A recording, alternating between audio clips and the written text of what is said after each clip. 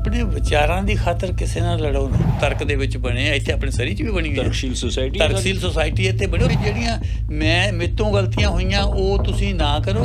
ਲੜਕੀ ਖੜੀ ਸੀ, ਉਹ ਬਹੁਤ ਡਰੀ ਹੋਈ ਸੀਗੀ ਜਾ ਕੇ। ਲੌਜਿਕ ਜਿਹੜਾ ਹੈਗਾ ਇਹ ਇਮੋਸ਼ਨਸ ਤੇ ਕਾਬੂ ਨਹੀਂ ਇਹ ਤੋਂ ਪਾ ਹੁੰਦਾ ਜਾ ਕੇ। ਪ੍ਰੋਫੈਸਰ ਕਸ਼ਮੀਰਾ ਸਿੰਘ ਦੇ ਘਰ ਕੱਲ ਜੁੱਤੀ ਖੜਕਦੀ ਸੀ ਤਾਂ ਉਹਦੀ ਘਰ ਵਾਲੀ ਨੇ 911 ਕਰ ਦਿੱਤਾ। ਇਸ ਦਾ ਮਜ਼ਾਕ ਕੁਝ ਹੋਰ ਹੈ। ਰੈਡ FM ਐਵਰ ਸਭ ਜੀ ਆਇਆਂ ਨੂੰ ਤੁਹਾਡਾ ਬਹੁਤ ਬਹੁਤ ਸਵਾਗਤ ਹੈ ਜੀ, ਵੈਲਕਮ। ਥੈਂਕ ਯੂ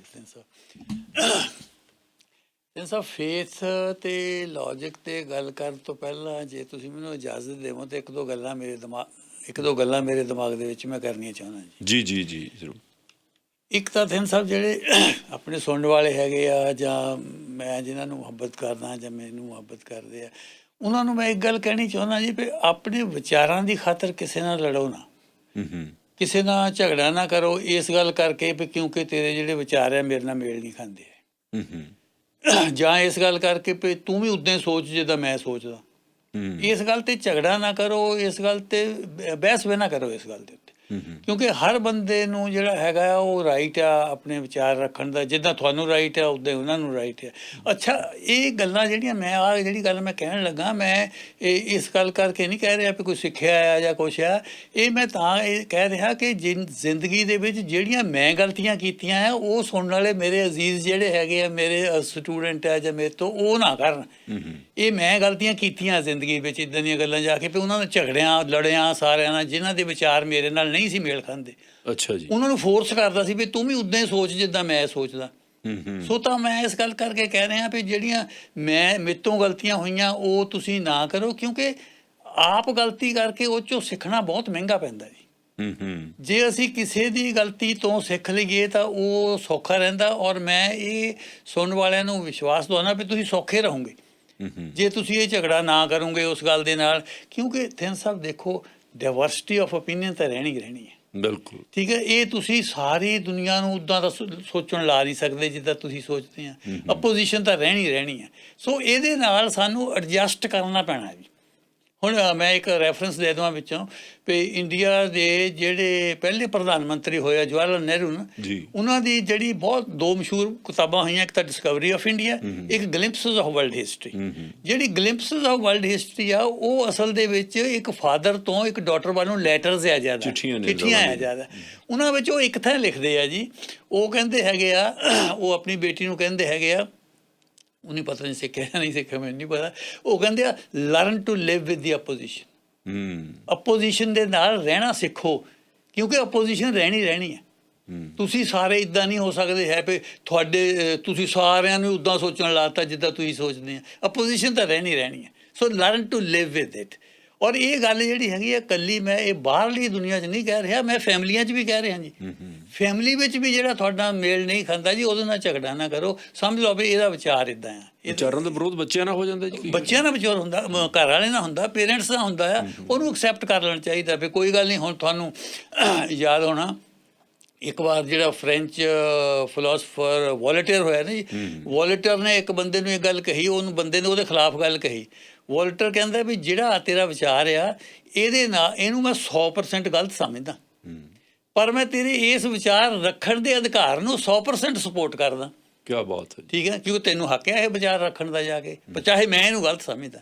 ਸੋ ਇਸ ਗੱਲ ਕਰਕੇ ਮੈਂ ਇਹ ਗੱਲ ਫੇਰ ਬਾਰ-ਬਾਰ ਕਹਿਣਾ ਚਾਹੁੰਦਾ ਵੀ ਘਰ ਵਿੱਚ ਆ ਚਾਹੇ ਬਾਹਰ ਦੇ ਵਿੱਚ ਹੈਗਾ, ਇਸ ਗੱਲ ਤੇ ਕਿਸੇ ਨਾਲ ਝਗੜਾ ਨਾ ਕਰੋ ਹੈਗਾ ਵੀ ਤੇਰੇ ਵਿਚਾਰ ਮੇਰੇ ਨਾਲ ਮੇਲ ਨਹੀਂ ਖਾਂਦੇ ਹੈਗੇ ਆ। ਕੋਈ ਗੱਲ ਨਹੀਂ, ਉੱਦਾਂ ਰਹਿਣਾ ਤਾਂ ਪੈਣਾ ਹੀ ਹੈ। ਸਾਰਿਆਂ ਨੂੰ ਤੁਸੀਂ ਫੋਰਸ ਤਾਂ ਤੁਸੀਂ ਸਾਰਿਆਂ ਨੂੰ ਕਰ ਨਹੀਂ ਸਕਦੇ। ਅੱਛਾ, ਅਗਲੀ ਗੱਲ ਜਿਹੜੀ ਮੇਰੇ ਦਿਮਾਗ ਦੇ ਵਿੱਚ ਆਉਂਦੀ ਹੈ ਉਹ ਬਹੁਤ ਜ਼ਰੂਰੀ ਹੈ ਜੀ। ਉਹ ਕੀ ਹੈ ਜੀ? ਉਹ ਥਿੰਨ ਸਾਹਿਬ ਇਹ ਆ, ਮੈਨੂੰ ਇੱਦਾਂ ਲੱਗਦਾ ਜਾ ਕੇ ਜੀ ਵੀ ਅਸੀਂ ਜਿਹੜੇ ਹੈਗੇ ਆ ਅਸੀਂ ਨੈਗੇਟਿਵ ਬਹੁਤ ਹਾਂ ਜੀ। ਨੈਗੇਟਿਵ ਬਹੁਤ ਹੈ। ਹਰ ਗੱਲ ਜਿਹੜੀ ਹੈਗੀ ਆ ਮਾੜੀ ਆ, ਉਹ ਹਰ ਗੱਲ ਜਿਹੜੀ ਹੈਗੀ ਆ ਅਸੀਂ ਉਹਨੂੰ ਬਹੁਤ ਬੜਾਵਾ ਦਿੰਦੇ ਹਾਂ ਜਾ ਕੇ। ਚੰਗੀ ਗੱਲ ਜਿਹੜੀ ਹੈਗੀ ਆ ਉਹ ਸਾਨੂੰ ਜਿਹੜੀ ਹੈਗੀ ਆ ਉਨੀ ਅਪੀਲ ਨਹੀਂ ਕਰਦੀ। ਹੁਣ ਤੁਸੀਂ ਆਮ ਦੇਖੋ, ਹੁਣ ਇਲੈਕਸ਼ਨਾਂ ਵੀ ਉੱਠੀਆਂ, ਪੰਜਾਬ ਦਿਨ ਬ ਦਿਨ ਨਿੱਘਰ ਰਿਹਾ ਜਾ ਕੇ, ਪੰਜਾਬ ਦਾ ਬੇੜਾ ਬੈਠ ਗਿਆ ਜੀ, ਪੰਜਾਬ ਤਾਂ ਹੁਣ ਖਤਮ ਹੋ ਗਿਆ ਜੀ, ਪੰਜਾਬ ਅੱਗੇ ਨਾਲੋਂ ਬਹੁਤ ਬੇੜਾ ਬੈਠ ਗਿਆ ਪੰਜਾਬ ਦਾ, ਪੰਜਾਬ ਤਾਂ ਹੈ ਹੀ ਕੁਛ ਨਹੀਂ ਜੀ। ਇਹ ਤਾਂ ਇਹ ਜ਼ਿਆਦਾ ਆ। ਕੋਈ ਇਹ ਨਹੀਂ ਕਹਿੰਦਾ ਹੈ ਜਾ ਕੇ ਜੀ ਵੀ ਜਿਹੜਾ 50s ਦੇ ਵਿੱਚ ਪੰਜਾਬ ਹੁੰਦਾ ਸੀ, ਜਿਹਦੇ 'ਚ ਲੋਕਾਂ ਕੋਲ ਜੁੱਤੀ ਵੀ ਨਾ ਸੀ ਹੁੰਦੀ ਪਾਉਣ ਨੂੰ ਜਾ ਕੇ, ਜਿਹਦੇ ਵਿੱਚ ਲੋਕ ਕੱਪੜੇ ਵੀ ਮੰਗ ਕੇ ਜਾਂਦੇ ਹੁੰਦੇ ਸੀ ਬਾਹਰ ਨੂੰ ਜਾ ਕੇ, ਸਾਰੇ ਪਿੰਡ ਦੇ ਵਿੱਚ ਇੱਕ ਐਪਲ ਵੀ ਨਾ ਸੀ ਕਦੇ ਕਿਸੇ ਨੇ ਦੇਖਿਆ ਹੁੰਦਾ ਜਾ ਕੇ, ਸਾਰੇ ਗੱਡੇ ਅੜ ਜਾਂਦੇ ਹੁੰਦੇ ਸੀ ਸੜਕਾਂ ਦੇ ਵਿੱਚ, ਤਾਂ ਇਕੱਠੇ ਹੋ ਕੇ ਕੱਢਣ ਜਾਂਦੇ ਹੁੰਦੇ ਸੀ, ਉਹਦਾ ਗੱਡਾ ਫਸ ਗਿਆ ਰਾਹ ਦੇ ਵਿੱਚ, ਉਹ ਕੱਢੋ ਜਾ ਕੇ। ਹੁਣ ਪਿੰਡ ਦੇ ਵਿੱਚ ਜਾ ਕੇ ਕੱਚੇ ਮਕਾਨ 50% ਨਾਲੋਂ ਜ਼ਿਆਦਾ ਕੱਚੇ ਮਕਾਨ ਹੁੰਦੇ ਸੀ, ਜਦ ਬਰਸਾਤ ਪੈਣੀ ਤੋਂ ਢਹਿ ਜਾਣੇ, ਠਾਹ ਠਾਹ ਆਉਣੀ ਆਵਾਜ਼ ਵੀ ਫਲਾਣੇ ਦਾ ਮਕਾਨ ਛੱਤ ਡਿੱਗ ਪਈ, ਠੀਕ ਹੈ। ਹੁਣ ਪੱਕੇ ਮਕਾਨ ਆ ਸਾਰੇ, ਕਾਰਾਂ ਪਿੰਡ ਦੀਆਂ ਗੋਰੇ, ਉਹ ਇਹਦੀ ਕੋਈ ਗੱਲ ਨਹੀਂ ਕਰਦਾ ਜੀ।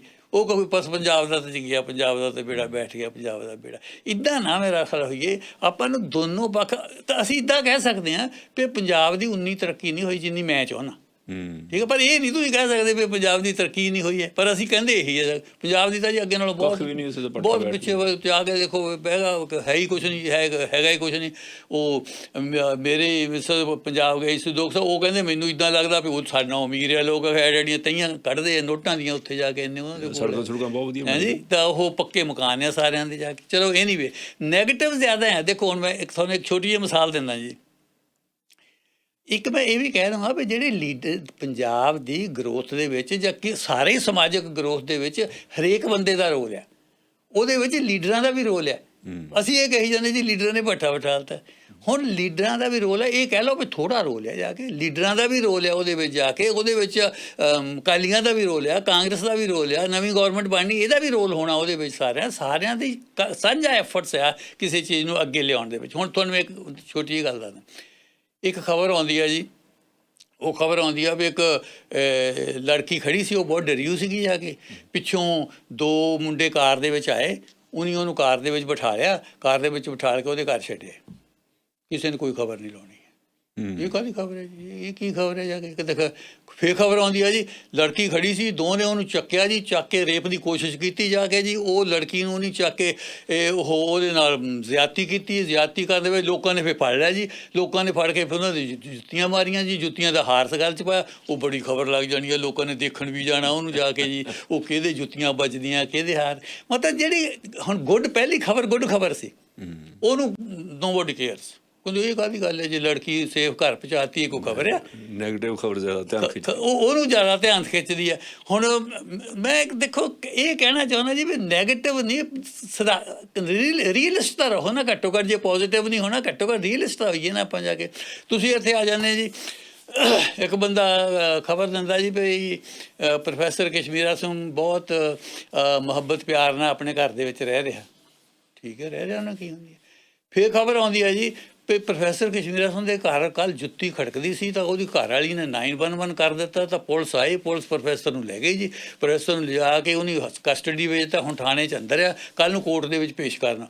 ਸਾਰੇ ਮੇਰਾ ਖਿਆਲ ਖਬਰ ਫੈਲ ਜਾਣੀ ਹੈ ਜੀ, ਫੋਨ ਕਰਕੇ ਜਾ ਕੇ ਜੀ ਪ੍ਰੋਫੈਸਰ ਅੰਦਰ ਦੇਤਾ ਜੀ, ਪ੍ਰੋਫੈਸਰ ਅੰਦਰ ਦੇਤਾ, ਅਤੇ ਉਹ ਹੋ ਸਕਦਾ ਮੀਡੀਆ ਏਰੀਆ ਤੁਸੀਂ ਵੀ ਚੱਕ ਦੇਣੀ ਹੈ ਖਬਰ, ਇੱਥੋਂ ਜਾ ਕੇ ਹੋ ਸਕਦਾ ਤੁਸੀਂ ਟਾਕ ਸ਼ੋ ਵੀ ਕਰਨ ਲੱਗ ਪਵੋ ਇਹਦੇ ਉੱਤੇ ਜਾ ਕੇ ਖਬਰ ਜਾ ਕੇ, ਅਤੇ ਉਹ ਕੱਲ੍ਹ ਨੂੰ ਕੋਈ ਖਬਰ ਫਿਰ ਆ ਜਾਵੇ ਜਾ ਕੇ ਪਈ ਜੀ ਨਹੀਂ ਉਹ ਤਾਂ ਗਲਤ ਸੀ, ਉਹ ਕਸ਼ਮੀਰਾ ਸਿੰਘ ਨਹੀਂ ਸੀ, ਉਹ ਤਾਂ ਹਮੀਰਾ ਸਿੰਘ ਸੀਗਾ, ਗਲਤ ਹੋ ਗਏ, ਮਾੜੀ ਜਿਹੀ ਖਬਰ ਲਾ ਦੇਣੀ ਹੇਠਾਂ ਜੀ ਵੀ ਸਾਡੀ ਉਹ ਇਨਫੋਰਮੇਸ਼ਨ ਠੀਕ ਨਹੀਂ ਸੀ, ਹੈ ਠੀਕ ਗੱਲ ਸੀ। ਸੋ ਮੇਰਾ ਕਹਿਣ ਤੋਂ ਮਤਲਬ ਇਹ ਹੈਗਾ ਜਾ ਕੇ ਜੀ ਵੀ ਉਹ ਜਿਹੜੀ ਹੈਗੀ ਆ ਉਹਨੂੰ ਅਸੀਂ ਜ਼ਿਆਦਾ ਦਿੰਦੇ ਹਾਂ, ਇਹਨੂੰ ਅਸੀਂ ਥੋੜ੍ਹਾ ਜਿਹਾ ਅਵੋਇਡ ਕਰੀਏ।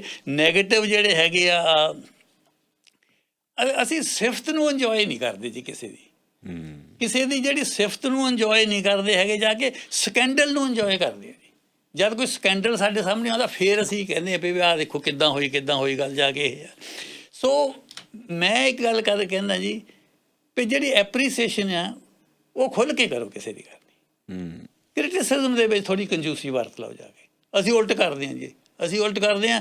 ਇੱਕ ਵਾਰ ਉਹ ਲਾਲਾ ਹਰਦਿਆਲ ਦਾ ਮੈਂ ਅੱਗੇ ਵੀ ਰੈਫਰੈਂਸ ਦਿੱਤਾ ਜੀ ਕਈ ਵਾਰ ਉਸ ਬੁੱਕ ਦਾ, ਉਹ ਕਹਿੰਦੇ ਵੀ ਜੇ ਤੁਹਾਨੂੰ ਜਿਹੜੇ ਹੈਗੇ ਆ ਕਿਸੇ ਦੀ ਕੋਈ ਸਿਫਤ ਦਿਖਦੀ ਆ, ਮਾੜੀ ਅਮੁਕ ਦਿਖਦਾ, ਤਾਂ ਉਹਦੇ ਕੰਨ 'ਚ ਕਹੋ ਜਾ ਕੇ, ਜੇ ਉਹਦੀ ਸਿਫਤ ਆ ਤਾਂ ਲੋਕਾਂ ਨੂੰ ਦੱਸੋ। ਪਰ ਹੁੰਦਾ ਉਲਟਿਆ ਜਾ ਕੇ ਜੀ, ਜਿਹੜੀ ਉਹਦੀ ਸਿਫਤ ਹੈ ਉਹਦੇ ਮੂੰਹ 'ਤੇ ਕਰ ਦਿੰਦੇ ਜਾ ਕੇ ਜੀ, ਜਾ ਕੇ ਉਹ ਜਿਹੜਾ ਉਹਦੀ ਕੋਈ ਸਿਫਤ ਹੈ ਲੋਕਾਂ ਦੇ ਵਿੱਚ ਜਾ ਕੇ ਉਹਦੀ ਭੰਡੀ ਪ੍ਰਚਾਰ ਕਰਦੇ ਜਾ ਕੇ।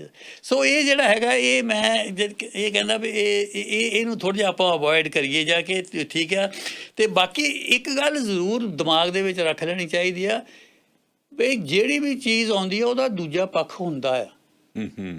ਇਹ ਐਬਸੋਲੂਟ ਟਰੁੱਥ ਨਾ ਆਪਾਂ ਸਮਝ ਲਈਏ ਕਿਸੇ ਗੱਲ ਨੂੰ ਵੀ, ਆਪਣੀ ਸਟੇਟਮੈਂਟ ਨੂੰ ਵੀ, ਹੋਰ ਵੀ ਕਿਸੇ ਸਟੇਟਮੈਂਟ ਨੂੰ ਵੀ। ਹਰ ਗੱਲ ਦਾ ਦੂਜਾ ਪੱਖ ਹੁੰਦਾ ਆ, ਔਰ ਜਿਸ ਵੇਲੇ ਵੀ ਗੱਲ ਕਰਨੀ ਆ ਉਹ ਦਿਮਾਗ ਵਿੱਚ ਲੈ ਆਉਣਾ ਚਾਹੀਦਾ ਵੀ ਆਹ ਵੀ ਹੋ ਸਕਦੀ ਹੈ ਗੱਲ, ਆਹ ਵੀ ਹੋ ਸਕਦੀ ਹੈ ਗੱਲ ਜਾ ਕੇ। ਤਾਂ ਇਸ ਗੱਲ ਕਰਕੇ ਆਪਾਂ ਇੱਦਾਂ ਨਾ ਲਈਏ ਜਾ ਕੇ ਵੀ ਆਹ ਗੱਲ ਜਿਹੜੀ ਹੈ ਬਿਲਕੁਲ ਹੀ ਠੀਕ ਆ, ਇਹ ਗੱਲ ਜਿਹੜੀ ਹੈਗੀ ਆ ਵੀ, ਔਰ ਜਾਂ ਮੈਂ ਹਰ ਵਾਰੀ ਠੀਕ ਹੁੰਦਾ, ਮੈਂ ਹਰ ਵਾਰੀ ਠੀਕ ਹੋਣਾ ਜਾ ਕੇ, ਮੇਰੀ ਗੱਲ ਹਰ ਵਾਰੀ ਠੀਕ ਹੈ, ਇੱਦਾਂ ਨਹੀਂ ਹੁੰਦਾ ਹੈ ਜਾ ਕੇ। ਦੂਜੇ ਦੀ ਗੱਲ ਵੀ ਹੈਗੀ ਆ, ਦੂਜੇ ਦੀ ਗੱਲ ਸੁਣ ਲੈਣੀ ਚਾਹੀਦੀ ਆ, ਔਰ ਸੁਣ ਕੇ ਉਹਦੇ ਉੱਤੇ ਵੀ ਵਿਚਾਰ ਜਿਹੜਾ ਹੈਗਾ ਕਰ ਲੈਣਾ ਚਾਹੀਦਾ। ਇਹ 2-3 ਗੱਲਾਂ ਮੇਰੇ ਦਿਮਾਗ ਵਿੱਚ ਆਉਂਦੀਆਂ ਸੀਗੀਆਂ ਵੀ ਜਿਹੜੀਆਂ ਮੈਂ ਪਹਿਲਾਂ ਜਿੱਦਾਂ ਅਰਜ਼ ਕੀਤੀ ਆ ਵੀ ਜਿਹੜੀਆਂ ਗਲਤੀਆਂ ਮੈਂ ਕਰਦਾ ਰਿਹਾ ਜਾ ਕੇ, ਉਹ ਮੈਂ ਲੜਦਾ ਰਿਹਾ ਇਹਨਾਂ ਗੱਲਾਂ ਕਰਕੇ ਜੀ ਵੀ ਮੈਂ ਹੀ ਠੀਕ ਆ, ਮੈਂ ਹੀ ਠੀਕ ਆ। ਪਰ ਹੁਣ ਮੈਂ ਆਪ ਸੋਚਦਾ ਜਾ ਕੇ ਵੀ ਜਿਹੜੀਆਂ ਗੱਲਾਂ ਮੈਂ ਜਿਨ੍ਹਾਂ ਦੀ ਖਾਤਰ ਉਦੋਂ ਲੜਦਾ ਹੁੰਦਾ ਸੀ, ਉਹ ਹੁਣ ਮੈਨੂੰ ਆਪ ਲੱਗਣ ਲੱਗ ਪਈਆਂ ਵੀ ਉਹ ਤਾਂ ਰੈਲੀਵੈਂਟ ਸੀ, ਬੜੀਆਂ ਬੇਵਕੂਫੀਆਂ ਕੀਤੀਆਂ। ਤਾਂ ਮੈਂ ਕਹਿੰਦਾ ਮੇਰੇ ਮਨ 'ਚ ਹੈਗਾ ਵੀ ਲੋਕ ਸ਼ਾਂਤੀ ਨਾਲ ਰਹਿਣ ਜੀ ਥੋੜ੍ਹੇ ਘਰਾਂ ਦੇ ਵਿੱਚ। ਇਸ ਕਰਕੇ ਇਹ 2-3 ਗੱਲਾਂ ਮੇਰੇ ਦਿਮਾਗ ਵਿੱਚ ਸੀਗੀਆਂ ਜੀ ਜਿਹੜੀਆਂ ਮੈਂ ਪਹਿਲਾਂ ਕਰਨੀਆਂ ਚਾਹੁੰਦਾ ਸੀਗਾ ਜਾ ਕੇ ਵੀ ਉਸ ਪ੍ਰੋਗਰਾਮ ਤੋਂ। ਹੁਣ ਆਪਾਂ ਆਉਂਦੇ ਆਪਣੇ ਤਰਕ ਤੇ ਫੇਥ। ਤਰਕ ਤੇ ਫੇਥ, ਹਾਂਜੀ। ਤਰਕ ਕੀ ਆ ਤੇ ਭਰੋਸਾ ਕੀ ਆ? ਹੁਣ ਸਭ ਲੌਜਿਕ ਕੀ ਆ? ਲੌਜਿਕ ਹੈਗੀ ਆ ਦਲੀਲ ਨਾਲ ਗੱਲ ਕਰਨੀ, ਜਿਹੜੀ ਆਪਾਂ ਨੂੰ ਗੱਲ ਲੱਗੇ ਉਹ ਠੀਕ ਆ। ਉਹ ਹੁਣ ਜਿਹੜੀ ਦਲੀਲ ਆ, ਮੈਂ ਇੱਦਾਂ ਸਮਝਦਾ ਵੀ ਪਾਰਸ਼ਲ ਸੱਚ ਨੂੰ ਵੀ ਲੱਭਣ ਦੇ ਲਈ ਐਕਸਪੈਰੀਮੈਂਟਲ ਵੈਰੀਫਿਕੇਸ਼ਨ ਤੋਂ ਬਾਅਦ ਦਲੀਲ ਸਭ ਤੋਂ ਬੜਾ ਸਾਧਨ ਹੈ। ਦਲੀਲ ਤੋਂ ਬਿਨਾਂ ਜਿਹੜੀ ਹੈਗੀ ਆ ਲਾਈਫ ਚੱਲ ਹੀ ਨਹੀਂ ਸਕਦੀ ਹੈ ਜੀ, ਬਿਲਕੁਲ ਚੱਲ ਹੀ ਨਹੀਂ ਸਕਦੇ, ਦਲੀਲ ਤੋਂ ਬਿਨਾਂ ਹੀ ਆ। ਦਲੀਲ ਨਾਲੇ ਸਭ ਕੁਝ ਹੋ ਰਿਹਾ ਜਾ ਕੇ।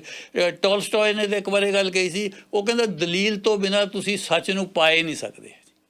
ਰੀਜ਼ਨ ਹੀ ਆ ਜਿਹੜਾ ਹੈਗਾ ਆ ਤੁਹਾਨੂੰ ਜਿਹੜਾ ਦੱਸਦਾ ਆ ਵੀ ਆਹ ਗੱਲ ਠੀਕ ਆ, ਆਹ ਗੱਲ ਗਲਤ ਆ। ਹੁਣ ਉਹਦੇ ਵਿੱਚ ਤਾਂ ਅਸੀਂ ਇਹ ਕਹਿੰਦੇ ਹੈਗੇ ਜਾ ਕੇ ਜੀ, ਦੇਖੋ ਫਿਲਾਸਫੀ ਨੇ ਜਿਹੜੀ ਟਰਡੀਸ਼ਨਲ ਮੋਰੈਲਿਟੀ ਸੀ ਨਾ ਵੀ ਆਹ ਚੰਗਾ ਹੁੰਦਾ, ਆਹ ਮਾੜਾ ਹੁੰਦਾ, ਕੁੜੀ ਦੇ ਸਿਰ 'ਤੇ ਕੱਪੜਾ ਲੈਣਾ ਹੋਇਆ ਤਾਂ ਫਲਾਨਾ ਹੈ ਇੱਦਾਂ, ਉਹ ਫਿਲਾਸਫੀ ਨੇ ਰੀਜ਼ਨ ਉਹਨੂੰ ਡਿਸਟਰੋਏ ਕਰ ਦਿੱਤਾ ਵੀ ਨਹੀਂ ਇਹ ਗੱਲਾਂ ਨਹੀਂ ਹੈ। ਇਹਨਾਂ ਦਾ ਐਥਿਕਸ ਦੇ ਨਾਲ ਕੀ ਤਾਲੁਕ ਹੈਗਾ ਜਾ ਕੇ? ਇਨਸਾਨ ਦੀਆਂ ਰੀਜ਼ਨ ਦਿਓ ਜੀ ਕਿ ਇਹਦਾ ਤਾਲੁਕ ਕੀ ਹੈ ਜਾ ਕੇ। ਪਰ ਮਾੜੀ ਗੱਲ ਇਹ ਹੋਈ ਆ ਜੀ ਵੀ ਅਜੇ ਤੱਕ ਨੈਚੁਰਲ ਐਥਿਕਸ ਨਹੀਂ ਲੱਭ ਸਕਿਆ ਵੀ ਨੈਚੁਰਲੀ ਐਥਿਕਸ ਕੀ ਹੈ। ਐਥਿਕਸ ਤਾਂ ਸਾਰੇ ਇਨਸਾਨ ਮੇਡ ਹੈ, ਇਨਸਾਨ ਨੇ ਬਣਾਏ ਨਾ ਸਾਰੇ ਜਿਹੜੇ ਹੈਗੇ ਆ ਗੋਡਿਆ ਬੈਠਿਆ, ਗੋਡਿਆ ਬੈਠਿਆ। ਪਰ ਉਹ ਲੌਜਿਕ ਫੇਰ ਵੀ ਤੁਹਾਨੂੰ ਉਸ ਸੱਚ ਤੱਕ ਪਹੁੰਚਣ ਦੇ ਲਈ ਇਹ ਸਭ ਤੋਂ ਵੱਧ ਤੁਹਾਨੂੰ ਇਹ ਮਦਦ ਕਰਦਾ, ਇਹ ਤੁਹਾਨੂੰ ਦੱਸਦਾ, ਕਿਉਂਕਿ ਲੌਜਿਕ ਕੀ ਹੈ? ਦਿਮਾਗ ਹੈ ਨਾ ਜੀ।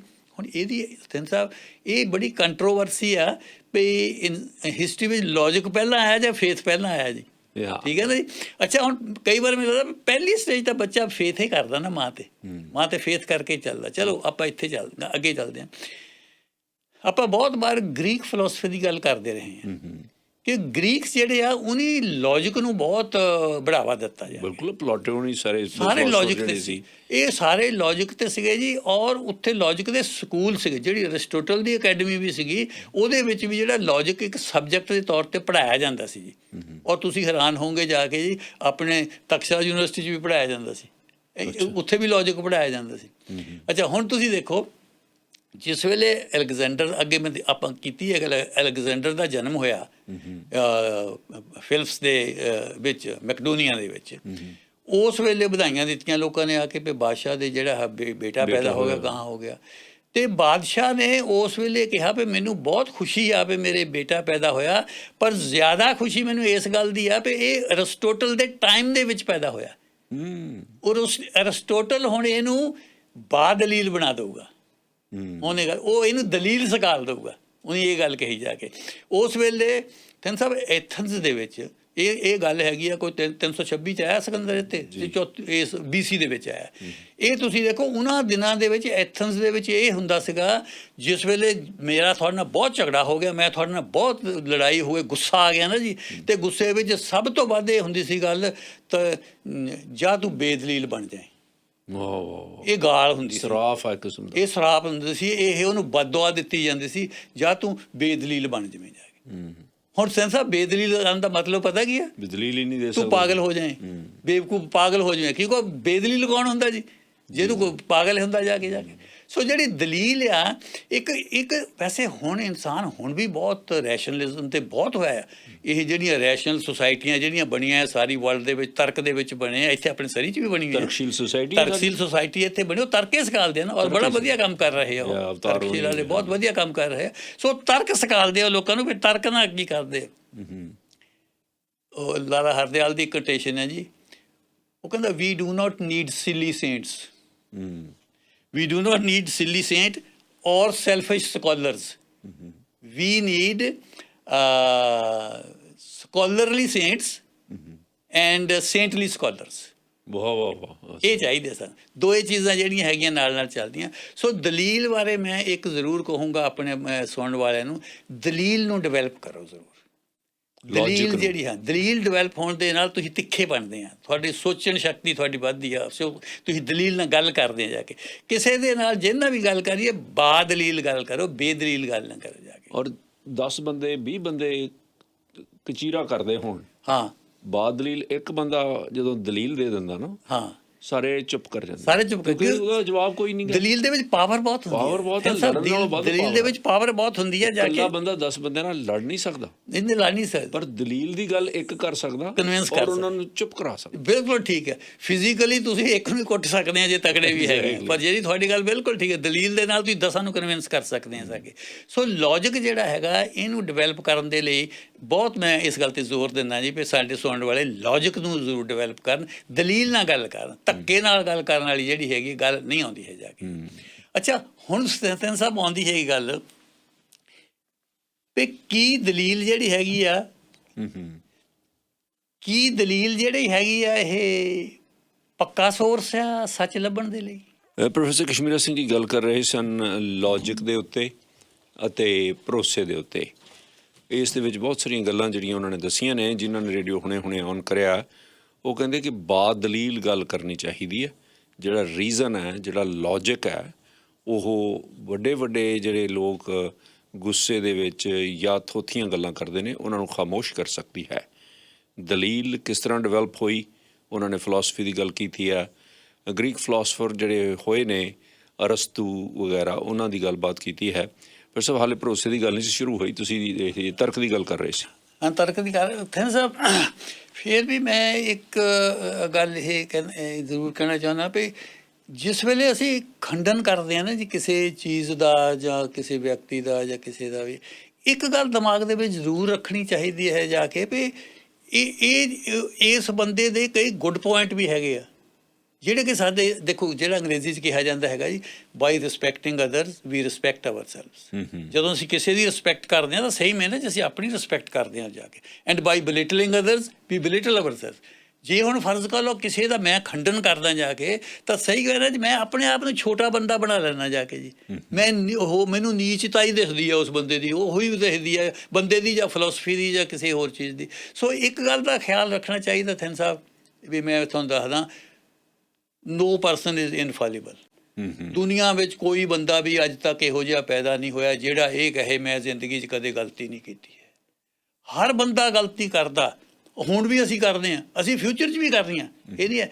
ਪਰ ਉਹਨਾਂ ਸਿਚੁਏਸ਼ਨ ਵਿੱਚ ਫਿਰ ਉੱਦਾਂ ਦੀ ਗਲਤੀ ਨਹੀਂ ਹੋਣੀ ਚਾਹੀਦੀ। ਪਰ ਮੈਨੂੰ ਕੋਰਟ 'ਚ ਕਈ ਵਾਰ ਬੰਦੇ ਮਿਲਦੇ ਹੁੰਦੇ ਜੀ, ਗਲਤੀ ਹੋ ਗਈ, ਮੈਂ ਕਹਿੰਦਾ ਤੁਸੀਂ ਕੋਈ ਗੱਲ ਦੀ ਗਾਹਾਂ ਨਾ ਕਰਿਓ, ਗਲਤੀ ਤਾਂ ਹੋ ਜਾਂਦੀ ਹੈ, ਹਰ ਬੰਦੇ ਤੋਂ ਹੁੰਦੀ ਹੈ, ਕਿਹੜੇ ਬੰਦੇ ਤੋਂ ਨਹੀਂ ਹੁੰਦੀ ਹੈ? ਕਿਹੜਾ ਦੁਨੀਆ ਦਾ ਬੰਦਾ ਕਲੇਮ ਕਰ ਸਕਦਾ ਵੀ ਮੈਂ ਜ਼ਿੰਦਗੀ 'ਚ ਗਲਤੀ ਨਹੀਂ ਕੀਤੀ ਹੈ? ਪਰ ਦੁਬਾਰਾ ਨਹੀਂ ਹੋਣੀ ਚਾਹੀਦੀ ਹੈ ਜਾ ਕੇ। ਪਰ ਇੱਕ ਗੱਲ ਨਾਲ ਆ, ਜਿਹੜੇ ਬੰਦਾ ਵੀ ਅਸੀਂ ਕਹਿੰਦੇ ਗਲਤੀ ਕੀਤੀ ਆ, ਉਹਨੇ ਜ਼ਿੰਦਗੀ 'ਚ ਬਹੁਤ ਚੰਗੇ ਕੰਮ ਵੀ ਕੀਤੇ ਹੋਣੇ ਆ ਜਿਹੜੇ ਕਿ ਅਸੀਂ ਅੱਖੋਂ ਕੱਢ। ਜਦੋਂ ਸਾਨੂੰ ਮੈਂ ਦੇਖਿਆ ਥਿੰਨ ਸਾਹਿਬ, ਮੈਂ ਫੈਮਿਲੀ ਦੇ ਵਿੱਚ ਦੇਖਿਆ, ਉਦੋਂ ਮੈਂ ਇੱਦਾਂ ਕਰ ਦਿੰਦਾ, ਜਦ ਵੀ ਕਿਤੇ ਖਿਝ ਆਉਂਦੀ ਨਾ ਮੈਨੂੰ ਜਾ ਕੇ, ਫਿਰ ਮੈਂ ਦੇਖ ਲੈਂਦਾ ਵੀ ਦੂਜੇ ਇਹ ਚੰਗੇ ਕੰਮ ਵੀ ਕੀਤੇ ਹੋਏ ਨੇ, ਠੀਕ ਹੈ, ਇਹ ਚੰਗੇ ਕੰਮ ਉਹ ਮੈਂ ਭਲਾ ਉਹ ਟਾਈਮ ਹੁੰਦਾ ਦੇਖਣ ਦਾ। ਨਹੀਂ ਅਸੀਂ ਸਪਿਰਿਚੁਅਲੀ ਆਪਣੇ ਆਪ ਨੂੰ ਗਿਰਾ ਦਿੰਦੇ ਹਾਂ ਹੇਠਾਂ, ਜਦ ਅਸੀਂ ਗਾਲਾਂ ਕੱਢਣ 'ਤੇ ਆ ਜਾਂਦੇ ਹਾਂ, ਦੂਜੇ ਨੂੰ ਐਂ ਪੈਂਦੇ ਹਾਂ ਫਲਾਣਾ, ਅਸੀਂ ਆਪ ਡਿੱਗ ਜਾਂਦੇ ਹਾਂ ਸਪਿਰਿਚੁਅਲੀ। ਉਹ ਬੰਦੇ ਨੇ ਤਾਂ ਜਾਂ ਘਰ ਵਾਲੀ ਨੇ ਜਾਂ ਘਰ ਵਾਲੇ ਨੇ ਤਾਂ ਪਤਾ ਨਹੀਂ ਡਿੱਗਣਾ ਜਾਂ ਨਹੀਂ ਡਿੱਗਣਾ, ਅਸੀਂ ਡਿੱਗ ਜਾਂਦੇ ਹਾਂ ਜਿਸ ਵੇਲੇ ਅਸੀਂ ਇਹ ਕਹਿੰਦੇ ਵੀ ਹੁਣ ਐਂ ਕਰਨਾ, ਹੁਣ ਐਂ ਕਰਨਾ। ਸੋ ਇਹਨਾਂ ਗੱਲਾਂ ਤੋਂ ਜਿਹੜਾ ਹੈਗਾ ਅਵੋਇਡ ਕਰਨਾ ਚਾਹੀਦਾ ਹੈਗਾ। ਬਾਕੀ ਚੰਗਾ ਮਾੜਾ ਤਾਂ ਉਹ ਮਾਓ ਜ਼ੇ ਤੁੰਗ ਦੀ ਕੋਟੇਸ਼ਨ ਹੈ ਜੀ, ਸੇ ਨੋ ਮੈਨ ਗੁੱਡ ਟਿਲ ਹੀ ਡਾਈਜ਼।